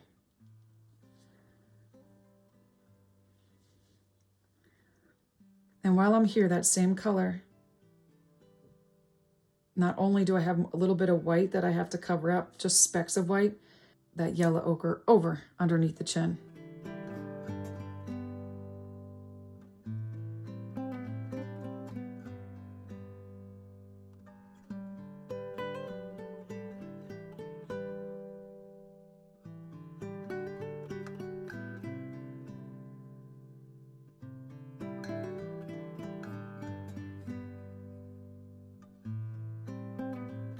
Now with a very damp angle brush, I'm going to pull out those magentas even more. Our mixture of white, fluorescent pink, and violet over top that area right in the bottom center of our canvas. You can even add water to this paint mixture just to create another glaze.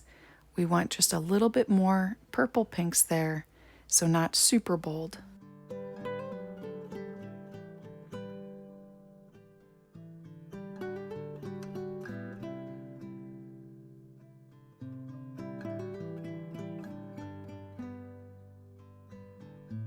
Now there's kind of a glaze going on now because my brush was so damp.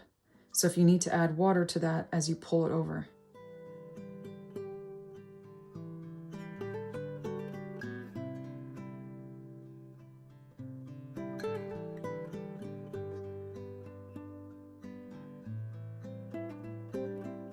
Excellent. So I'm going to mix up a little bit more violet and raw sienna. And underneath this hair right here, I'm going to paint that in.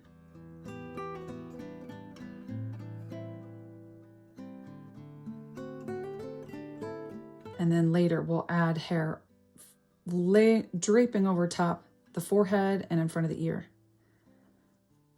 I'll get pretty close to these loose strands, these clumps of hair, I'll fill in most of it. And then with a liner brush, we'll have those curving over top our background.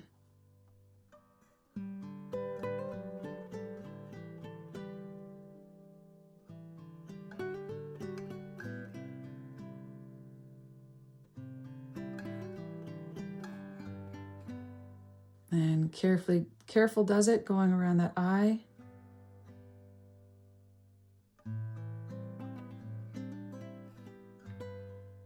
Oh, went over it a little too much. Sometimes we can pull it off.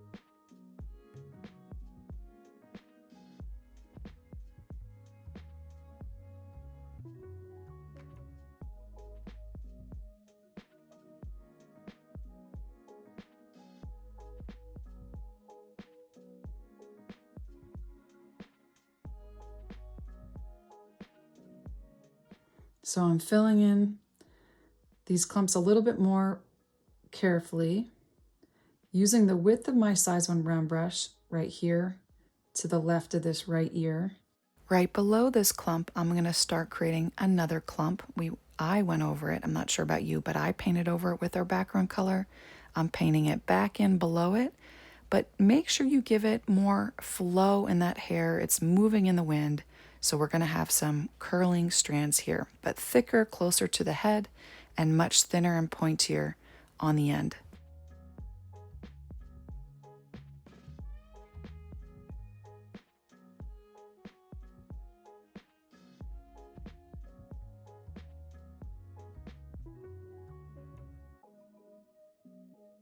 And I won't go, see I'm leaving some white because that's where my liner brush is going to come in handy.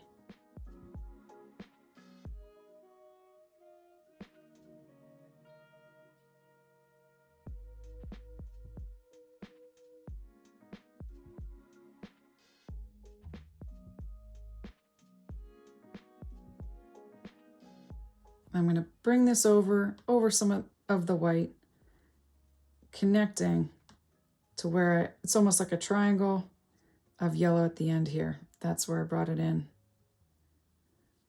Our yellow ochre brown.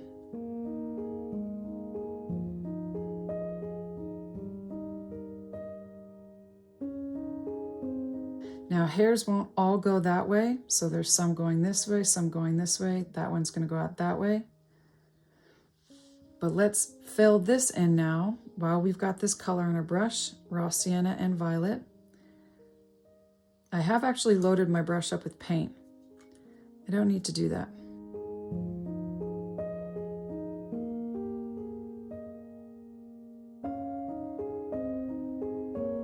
So very simply, all the rest of the white in the forehead with this color.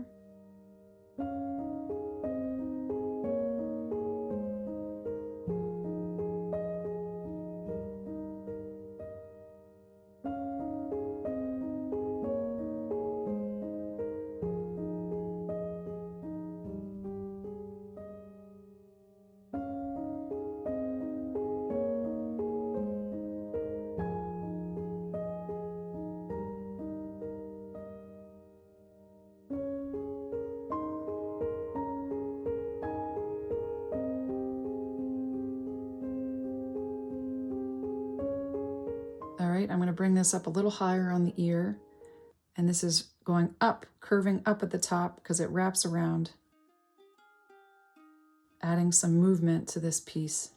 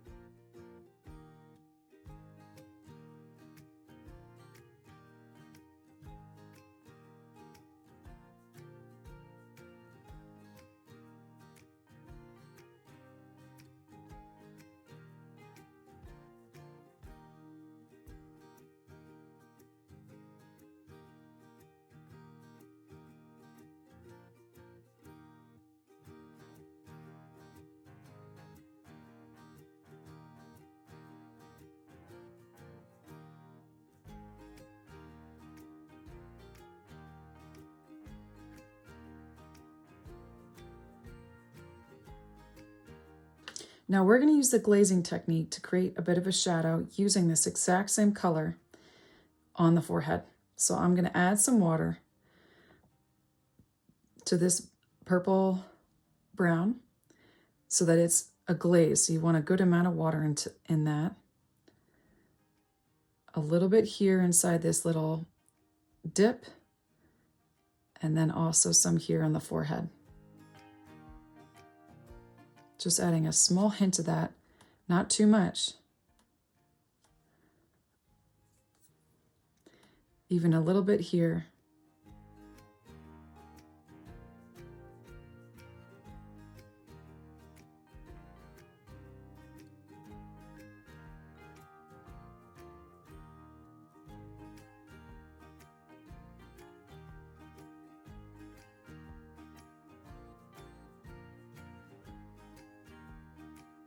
Excellent. And now it's time, with a separate brush, I'm going to mix up a light violet. I'll use purple and white and a little bit of this brown purple. And we'll use that with our size 2/0 liner brush to get in those highlights.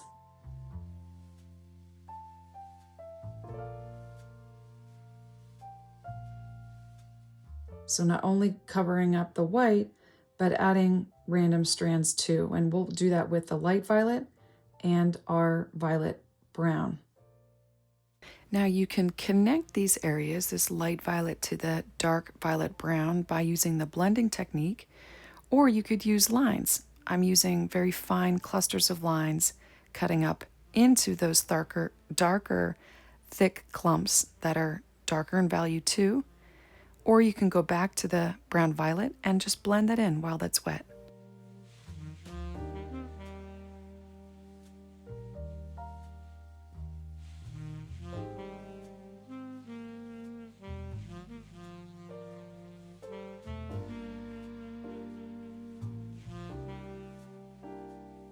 I actually need to go back with my brown.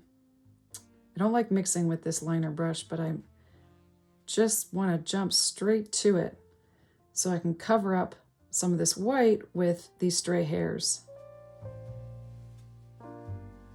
And I always have that background color. I can go back to that.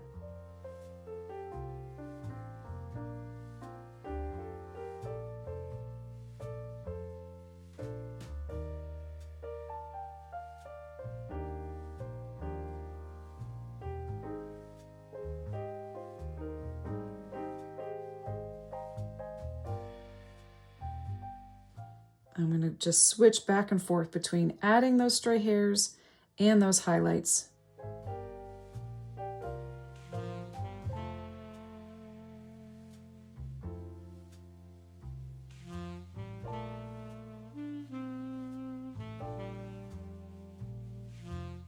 I'm even going back to my turquoise background color to paint in some of that white.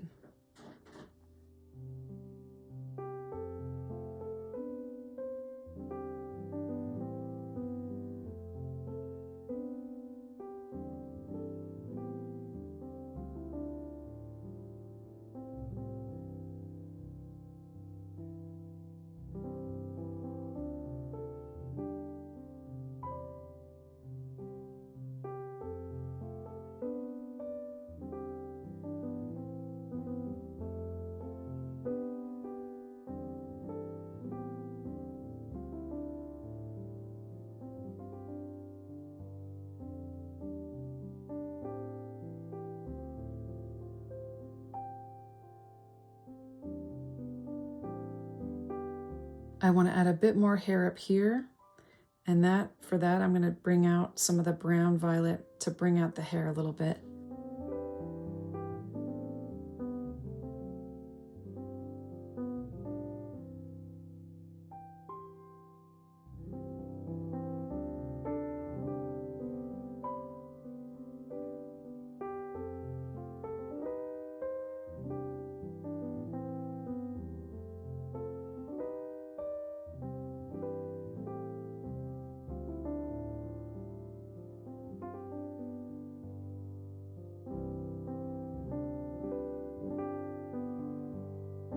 I'm going to add a stray hair back here, and it's actually going behind the ear, not in front of it, not like the photo.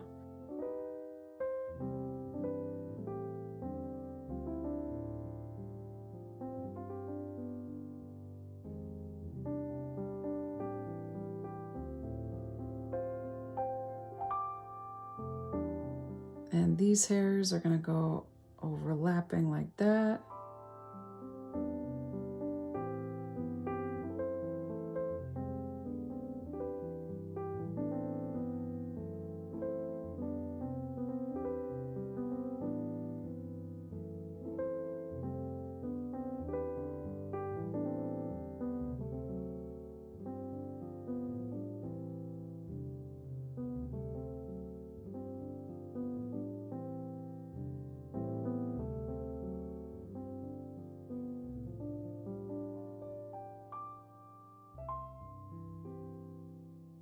A few more highlights.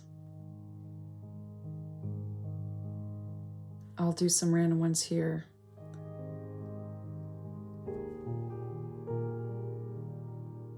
I actually don't think I want to bring them up that high because we're going to be painting flowers over that, and we want to keep it kind of dark.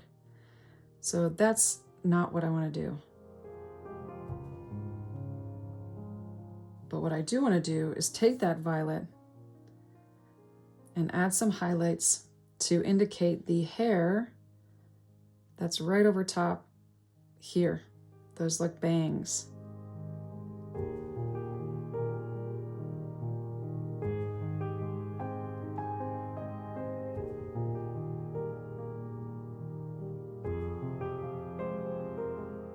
Maybe that's a little too thick. I don't know if that's too thick. And then climb up by the ear. And because they're kind of folded over top one another, I'm going to curve this up here and then do another line down and around.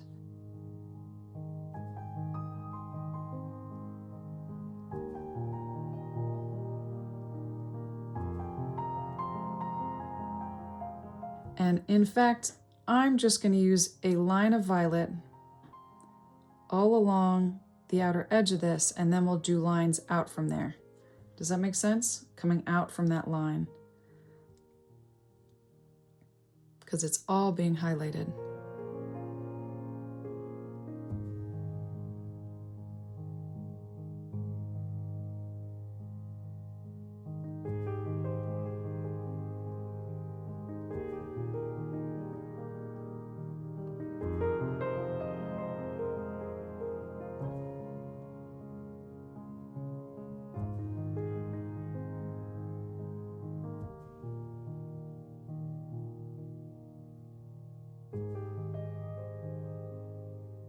And curving up. Because of that hair curving around the ear, you're going to have more of a curve in the highlights.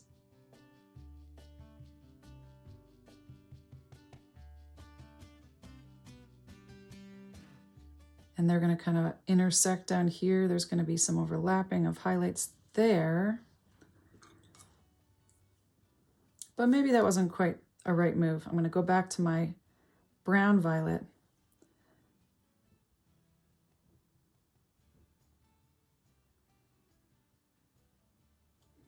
Yeah, that looks better. And while I'm there, I can thin this out. This is just a little too thick.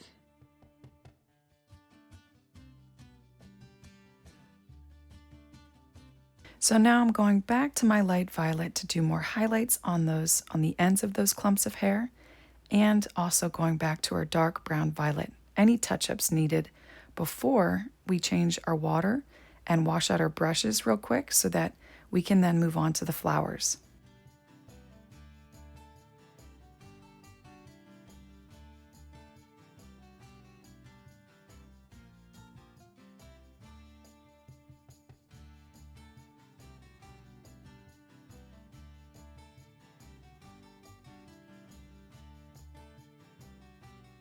All right, creatives, so now is when we're going to add the beautiful foliage, flowers, and greenery around this mane here. Do whatever you feel led to do, however you're feeling. Mushrooms, stars, anything that comes to mind. That's what I want you to paint.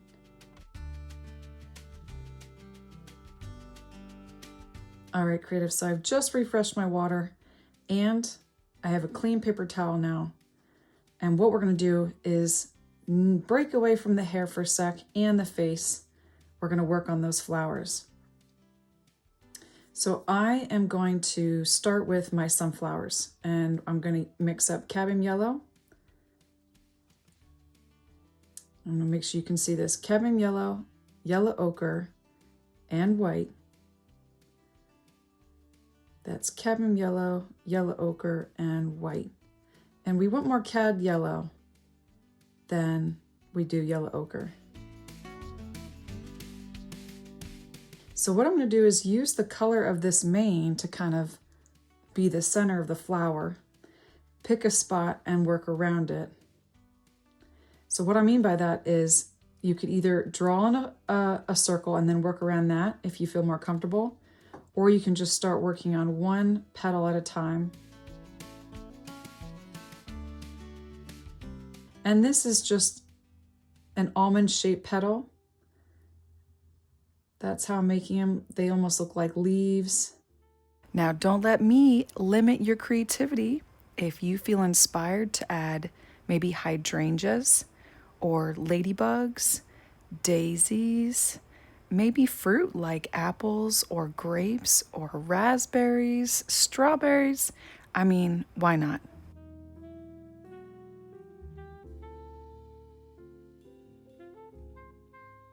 Try your best to make each petal about the same size and length and width.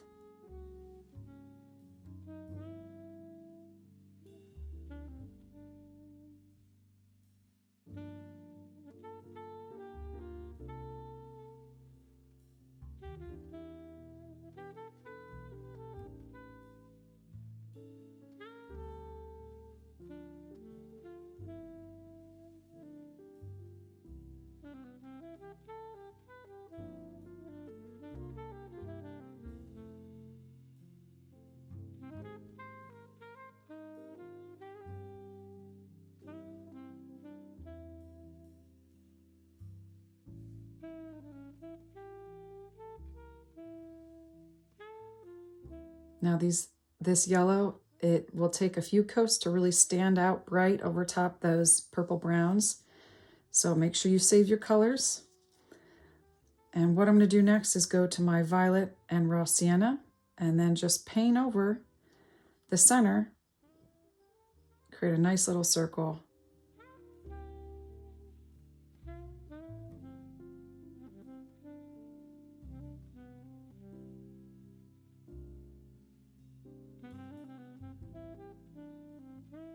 So next what I'm going to do is use some of our sky blue, mix it with some white. And if you've ever heard of lupins, this is going to be sort of lupin-like flower design, flowers that I see in Maine that are so beautiful and bright. But just to add some beautiful blues in here to complement some of the oranges, I'm just going to go like this. One dab here, here, here.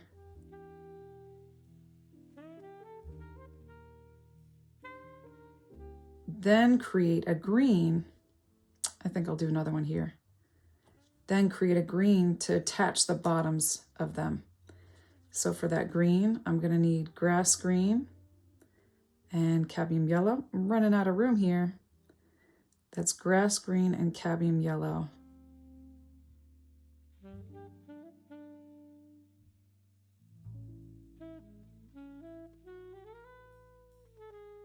And we're going to be overlapping the bottom of this with another flower. So I'm not too concerned about the bottom of it. But I am going to attach these little vines to these beautiful little lupins. So I'm working behind them now and attaching the bottom with some green.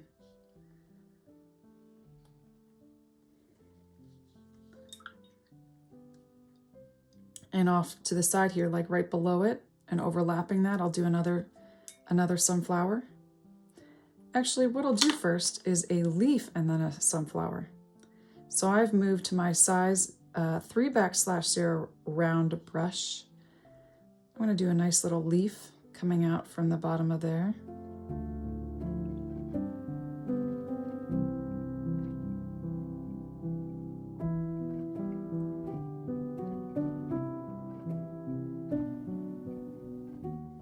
also do another leaf coming out from this sunflower here.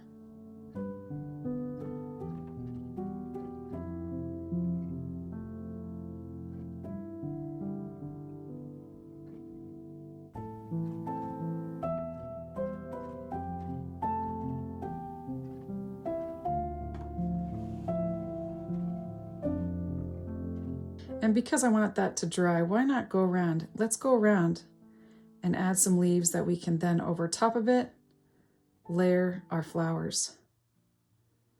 And they don't have to be perfect leaves. They can be all different shapes and sizes.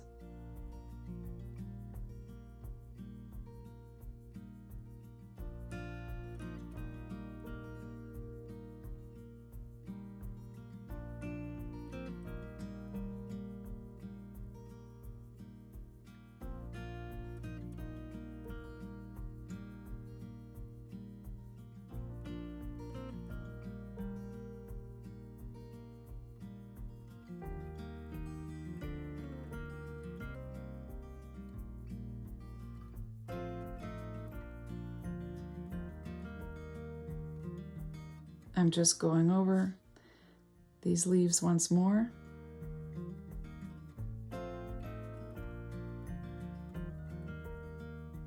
And now I'll get started on my sunflower. I'll have it laying like right over top there. So we're going back to our yellow mixture, painting another sunflower if you choose. I'm going to do my best to layer the petals over top where it's not pulling in too much of the green. But if so, no biggie, we can just let that dry, work on another flower, then come back to it with our yellow.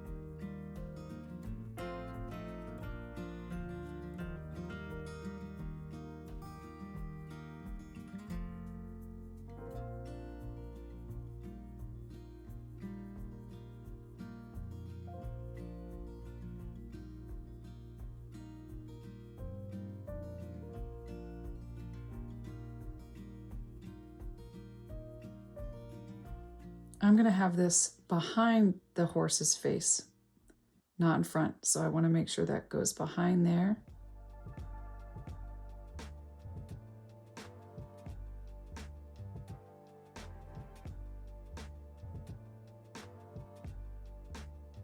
Just trying to reshape these petals a little bit better.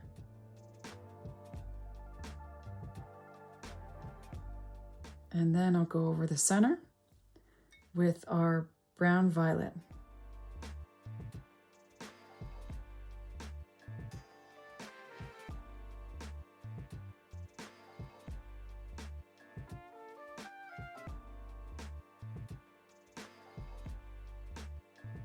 All right, so now for the next petal, I think I want to do a different color. I think I want to do, I'm going to try a pink purple.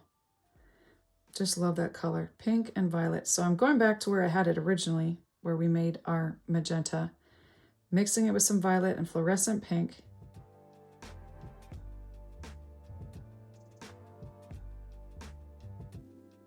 And I'll just do a petal over top here.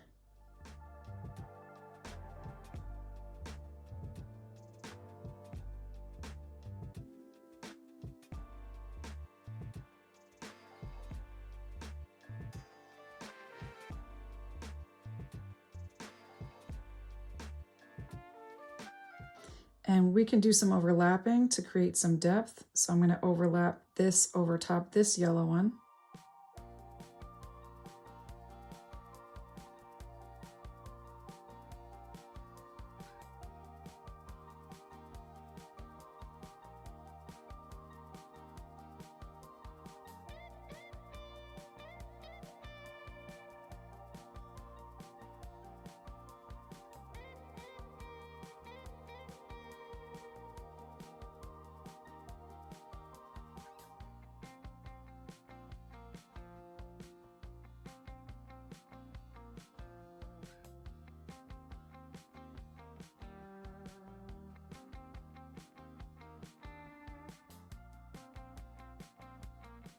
and back for that brown violet for the center.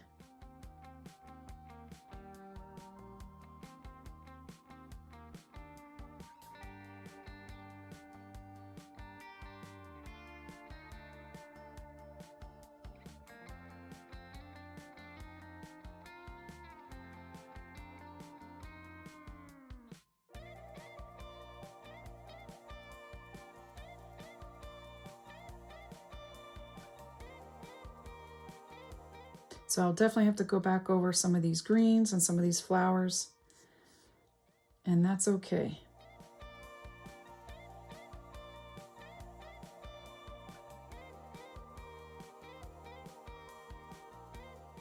Let's just get those flowers in, and then we can go back to adding more colors.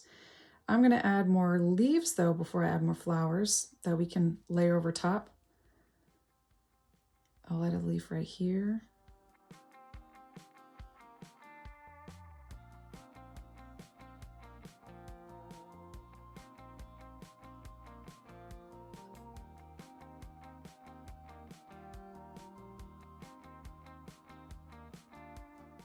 I don't want to cover up all this beautifulness down here.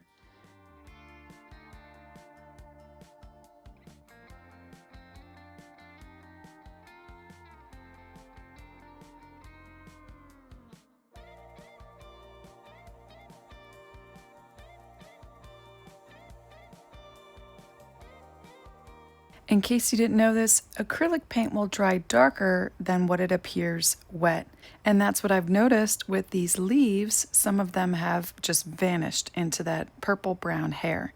So I'm going to add a little bit more cadmium yellow to my grass green mixture, add another layer to pull those greens out.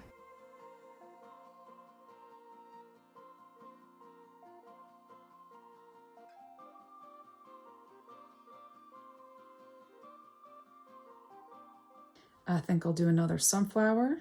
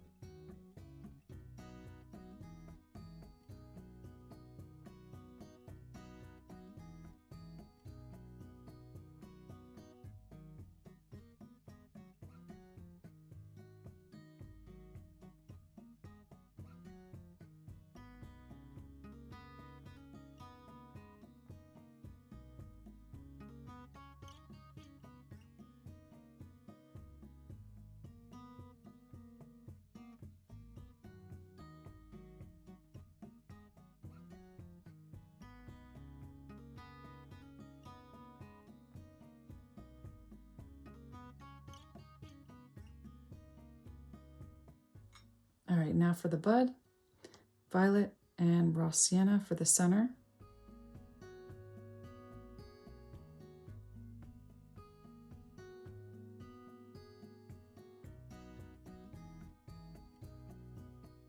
I wonder if I'll do another blue or maybe purple. There we go. I'm going to do another lupin, but I'll do a purple lupin.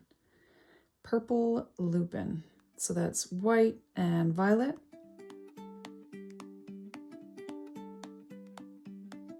I'll do the same thing like I did here. Adding dab after dab, kind of consolidated in this little corner, making sure they're not overlapping too much. And then we'll attach them with the green vines, those green lines underneath.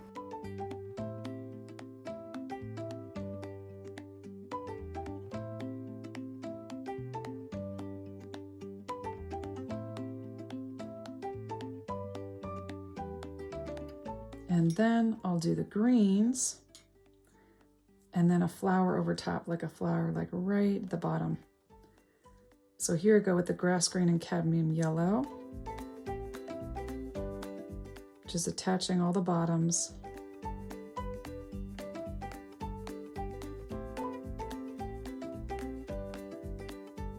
And then another sunflower. I'm gonna have to mix up some more.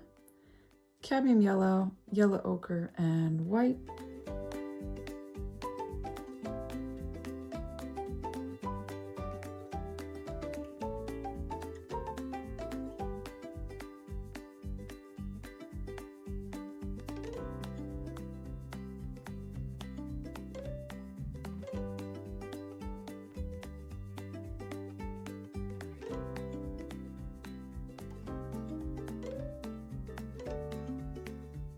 That worked out so well. I can finally I can get a petal in that angle there, that opening between the other flower.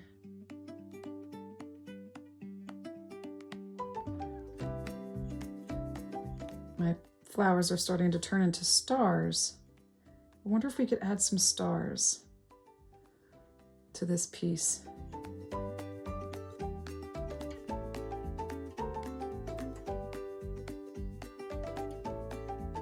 I'm not a huge fan of how that turned out, but I do like the concept of adding stars. So I'm going to add a little center in the middle.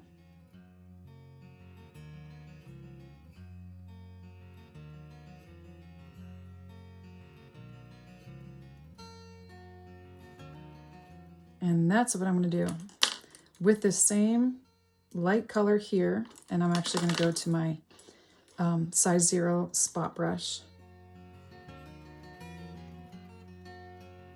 I'm going to add a little star. So it's actually going to be a plus sign, and then I'll thicken up the center. So if you watch me, I'm just making a little plus sign, and then the center, I just thicken up to make it look like a star. And then I'll do that actually again right here, plus sign.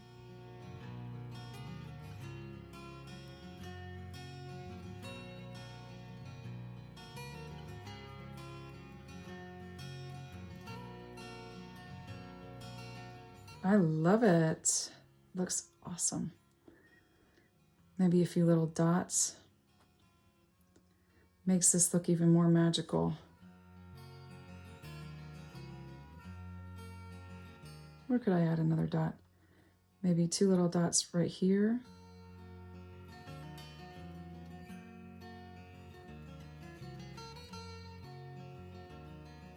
Maybe some dots right down here.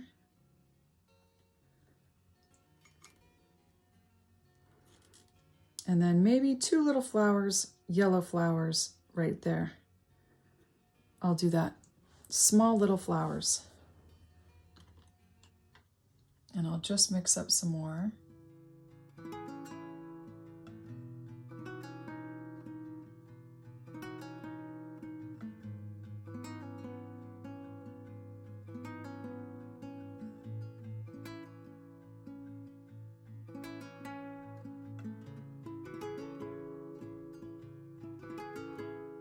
So these are going to be smaller. That's why I'm using my spot brush for this. These 2 flowers at the bottom.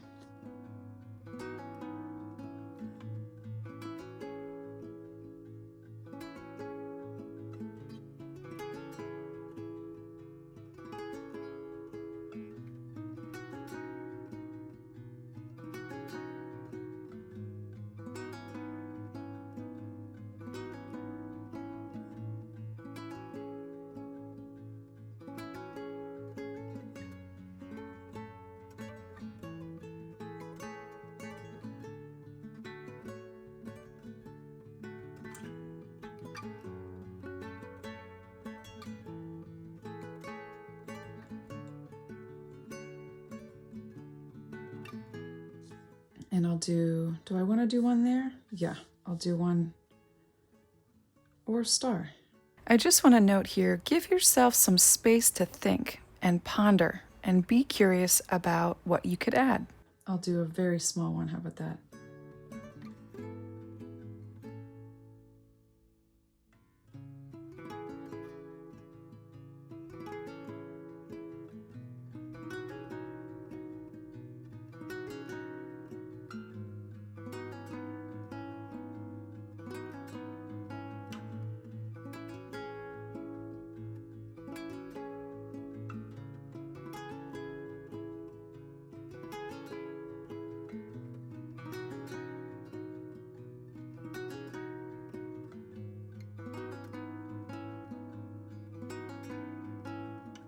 And one little star right here.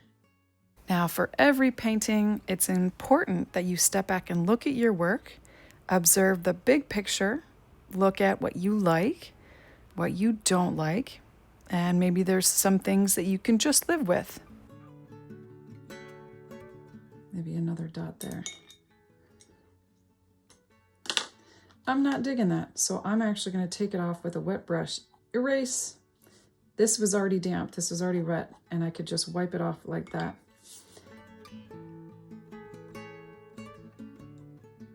So I'm going back to my size 1 round brush and just filling in the centers here again.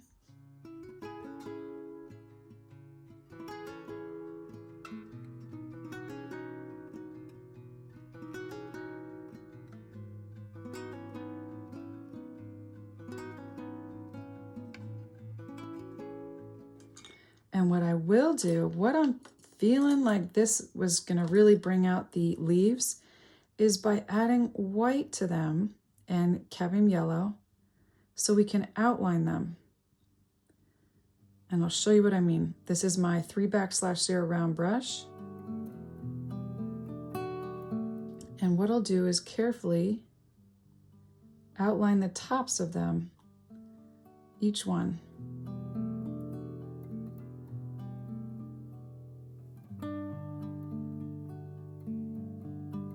Because over top some of these dark violet and brown areas, you can barely see it.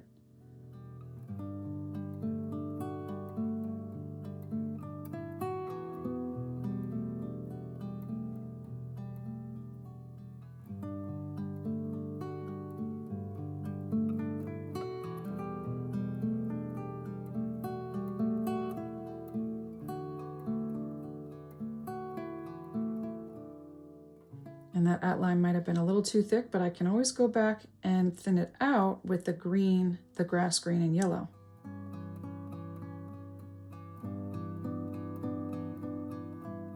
So I'll show you what I mean. I just go back to my grass green and yellow and just thin it out.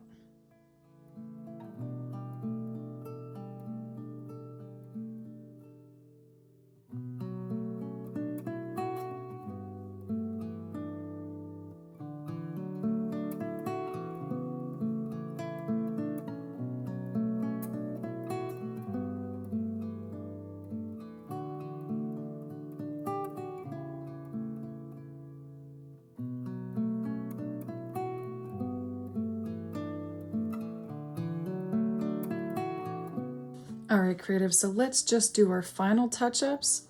I know for me, I pulled in a little bit of the dark violet brown into that ear, can touch it up. I can also soften some of these sharp areas, lighten up some areas too. And then of course, I could cover up. I can do that literally right now with clean water. I just refreshed my water. I'm gonna go back in with my turquoise, paint over that. So this is just touch-up time.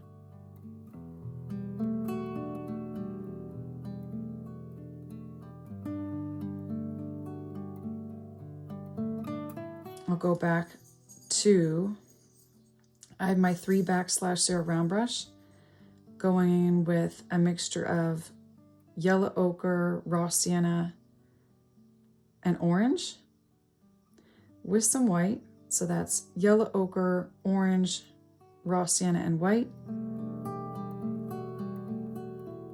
Paint back over that. And what I need to do is lighten up this area. That shouldn't be as dark as that side. And it was with this color, so I can add white to that.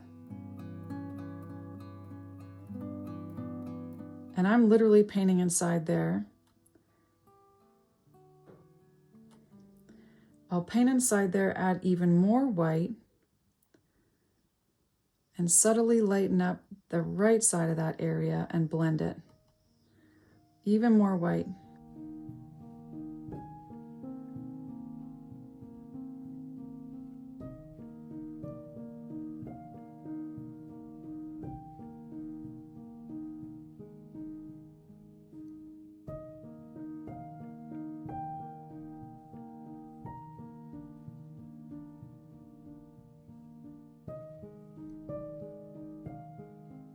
I also want to do a slight glaze, just like we did before. I'll use my filbert brush, which is already clean and damp.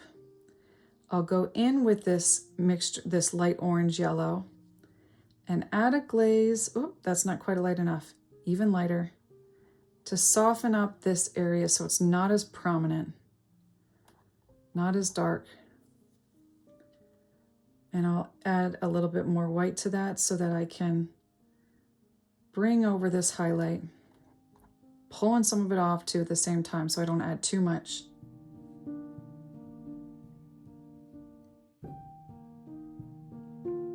Bring this highlight up also, right by that eye.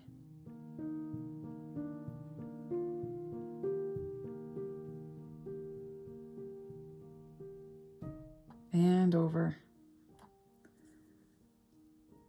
I can also add that highlight here, just brushing a little line above this left eye.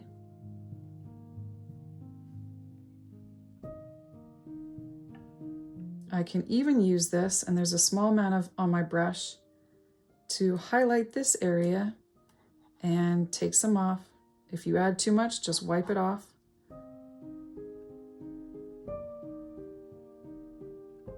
That's a little too light, so I'll go take it down a notch. I'll make it a little darker with some of this orange, brown. Bring it down.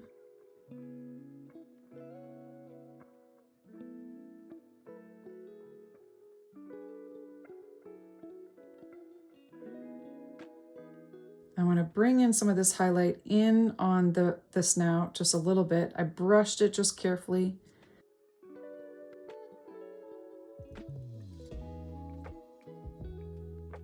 Adding a more, oh, that's not quite light enough. Get that a little bit lighter. Brushing that right here.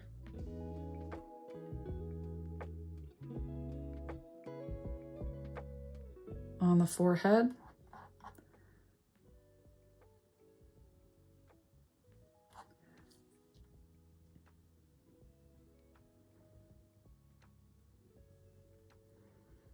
Even more, I can add even more of a highlight right there. Ah, and even a highlight right there. See how those lines are curving in? I can add a little bit of that on that eye with my filbert brush.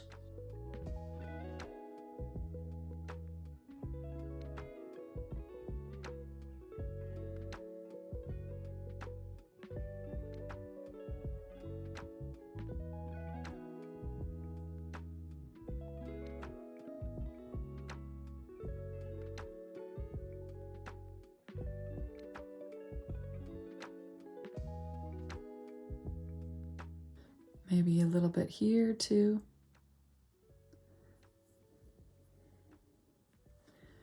And back again down here. Just little subtle dabs go a long way.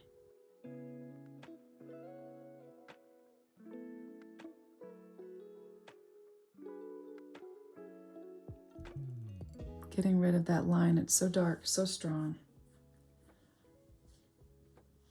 And while we're here using this color, I'm going to add a little bit more yellow ochre to this.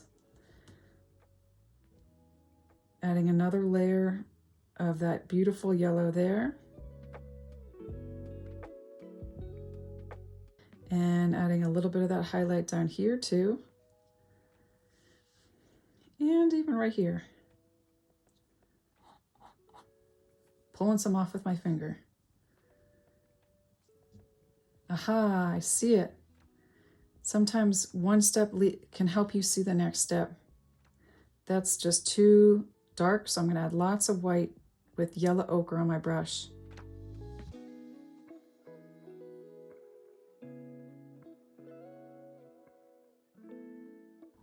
Pulling some down right here.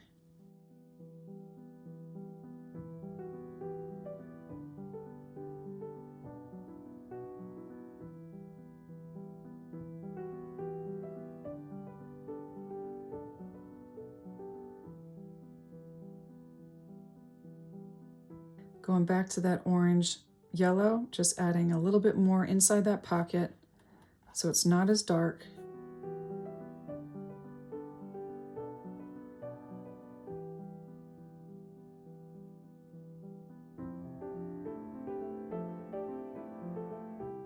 And let's get those highlights a little lighter, but guess what? I'm not going to use purple. I'm going to use a gray. So a light gray with my size 0 spot brush that's white and black to create a light gray. And I'm just going to highlight the ends here where it's getting hit the strongest by light.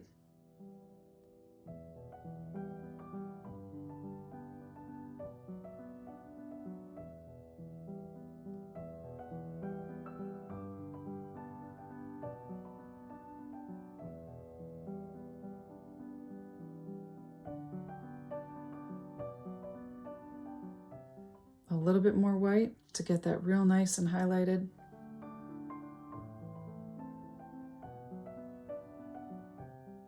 I don't want to leave any outline of violet there. I really want to cover up that outline.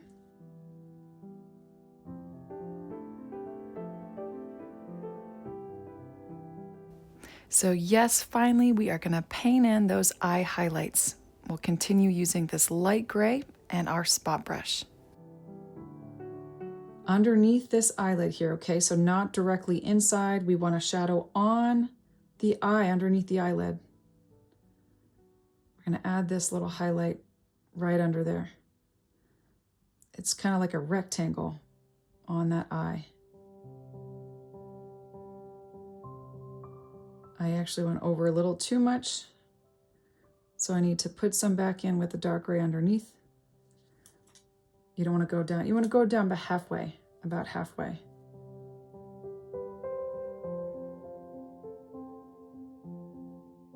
And even more, get that a little bit lighter with more light gray on there.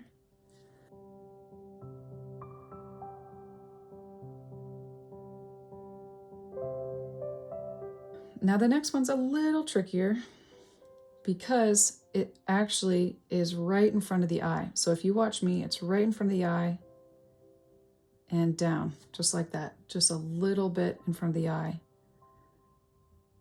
And then the next one has a bit more gray in it, so it's not as light. And again, there's a shadow underneath the eye on the bottom of the eyelid, but that highlight will go right there. Ah, it's too much of an angle. I need to fix it up with dark gray again. That shouldn't be going down that far. It should stay up there. Stay up there.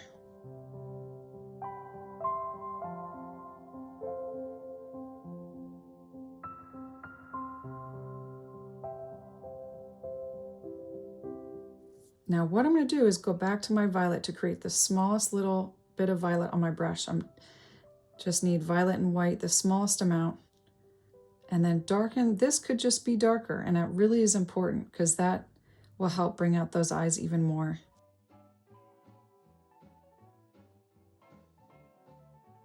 And with the light gray that we created, actually more of that medium gray, not a light gray, this is the perfect color to create those that long eyelash.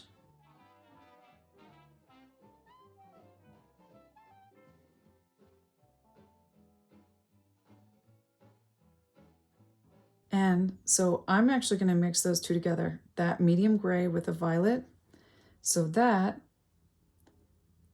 I can get the smallest little indent in the eye right there and bring it down a little ways. Could get the little bit darker with more violet on there.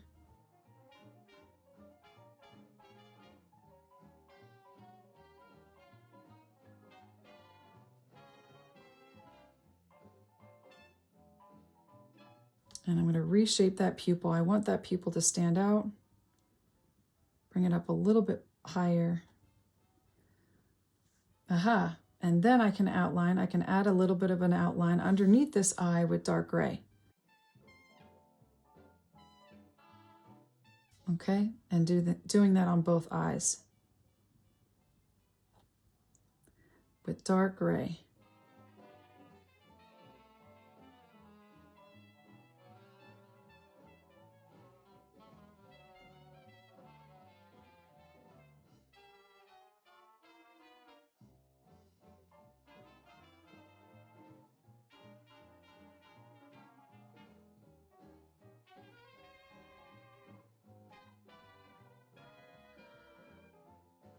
Those nostrils look a little funky still, so I'm going to add a bit more white to them to create a lighter than dark gray, not as dark as the inside. Bring this one down a smidge. Thicken up this one. So they sit around the same area. Not quite the exact as the reference, but that fits our painting here.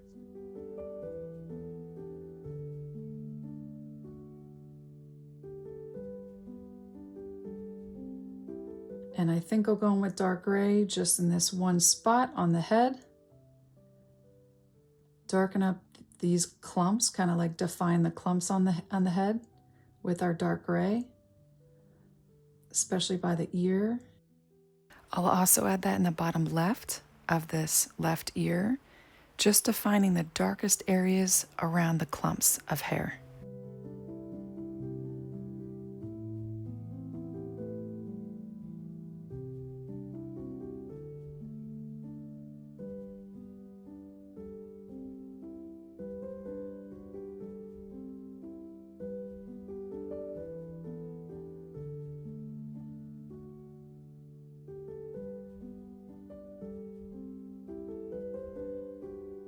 So for our next step, I'm going to use my size 0 Arteza spot brush.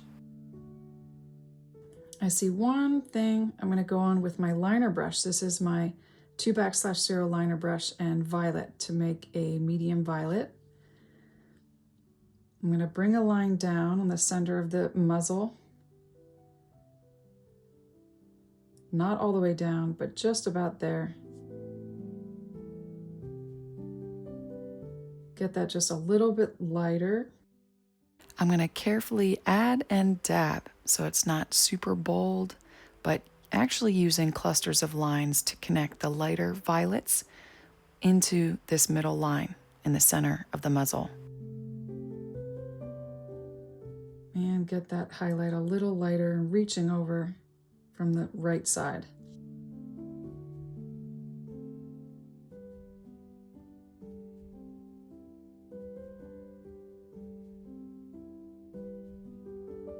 Now hopefully you have more of your violet and raw sienna mixture mixed up. I don't recommend doing what I'm doing and mixing it up with your liner brush. I'm using my Arteza 2/0 liner brush to add in more stray hairs. So there's not just clumps, we want a lot of single strands flowing in the air. That looks definitely more realistic. If you're wondering about why I wouldn't recommend mixing with the liner brush, is just because there's so few delicate bristles in that brush, and it's really meant for like lines and fine detail work, not really for mixing up colors. So you might want to use a palette knife to mix colors, a larger, thicker brush. That way you're not adding so much paint to your tiny bristles and then trying to do detail work from that.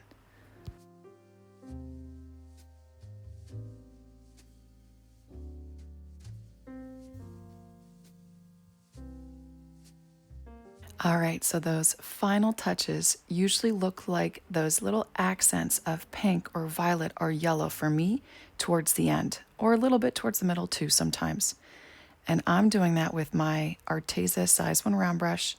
By the way, this looks a little different because it's from the variety pack, not the detail brush pack, so it's a bit longer. I'm mixing up white and fluorescent pink. And if you watch me first, I'm going to add, then dab. Little tiny accents. These are circular dabs around the areas where it's a similar value. It's a light to medium value where I'm placing it on the horse's face. Less is more, I think. You don't need to add too much. But on the right side where we already have some pinks, I'll pull out those by adding a few more. On the upper left part of the forehead, I'll add some pinks. On the muzzle where we already have a little hints of pinks, I'm just adding more. And sometimes based on how abstract you want to go, you can add these random accents to areas that don't match the value, and it works. Sometimes it works, so test it out when in doubt. Dab, then pull a little bit off with your finger. You're gonna get messy here, but that makes it more fun.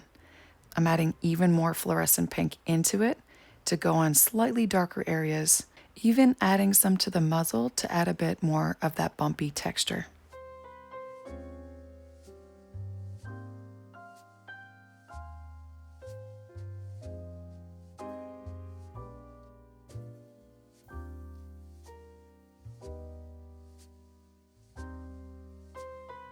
Now, as we wrap up this floral horse painting, let's do another final reflection, stepping back when you're done, when you're finished on your artwork. How did you physically and mentally feel during the creation process? What things came up, both in your mind and in the creation process? Were there different elements that you added, unlike mine? Different flowers, unique colors, patterns, designs. Why did you choose them? And last but not least, having done a painting on this theme and having done some meditation on this, what does empowered by the challenge mean to you? All right, creatives, so that's the end of this tutorial. I hope you enjoyed it. If you did, be sure to like and subscribe. I'll see you in the next one. Bye.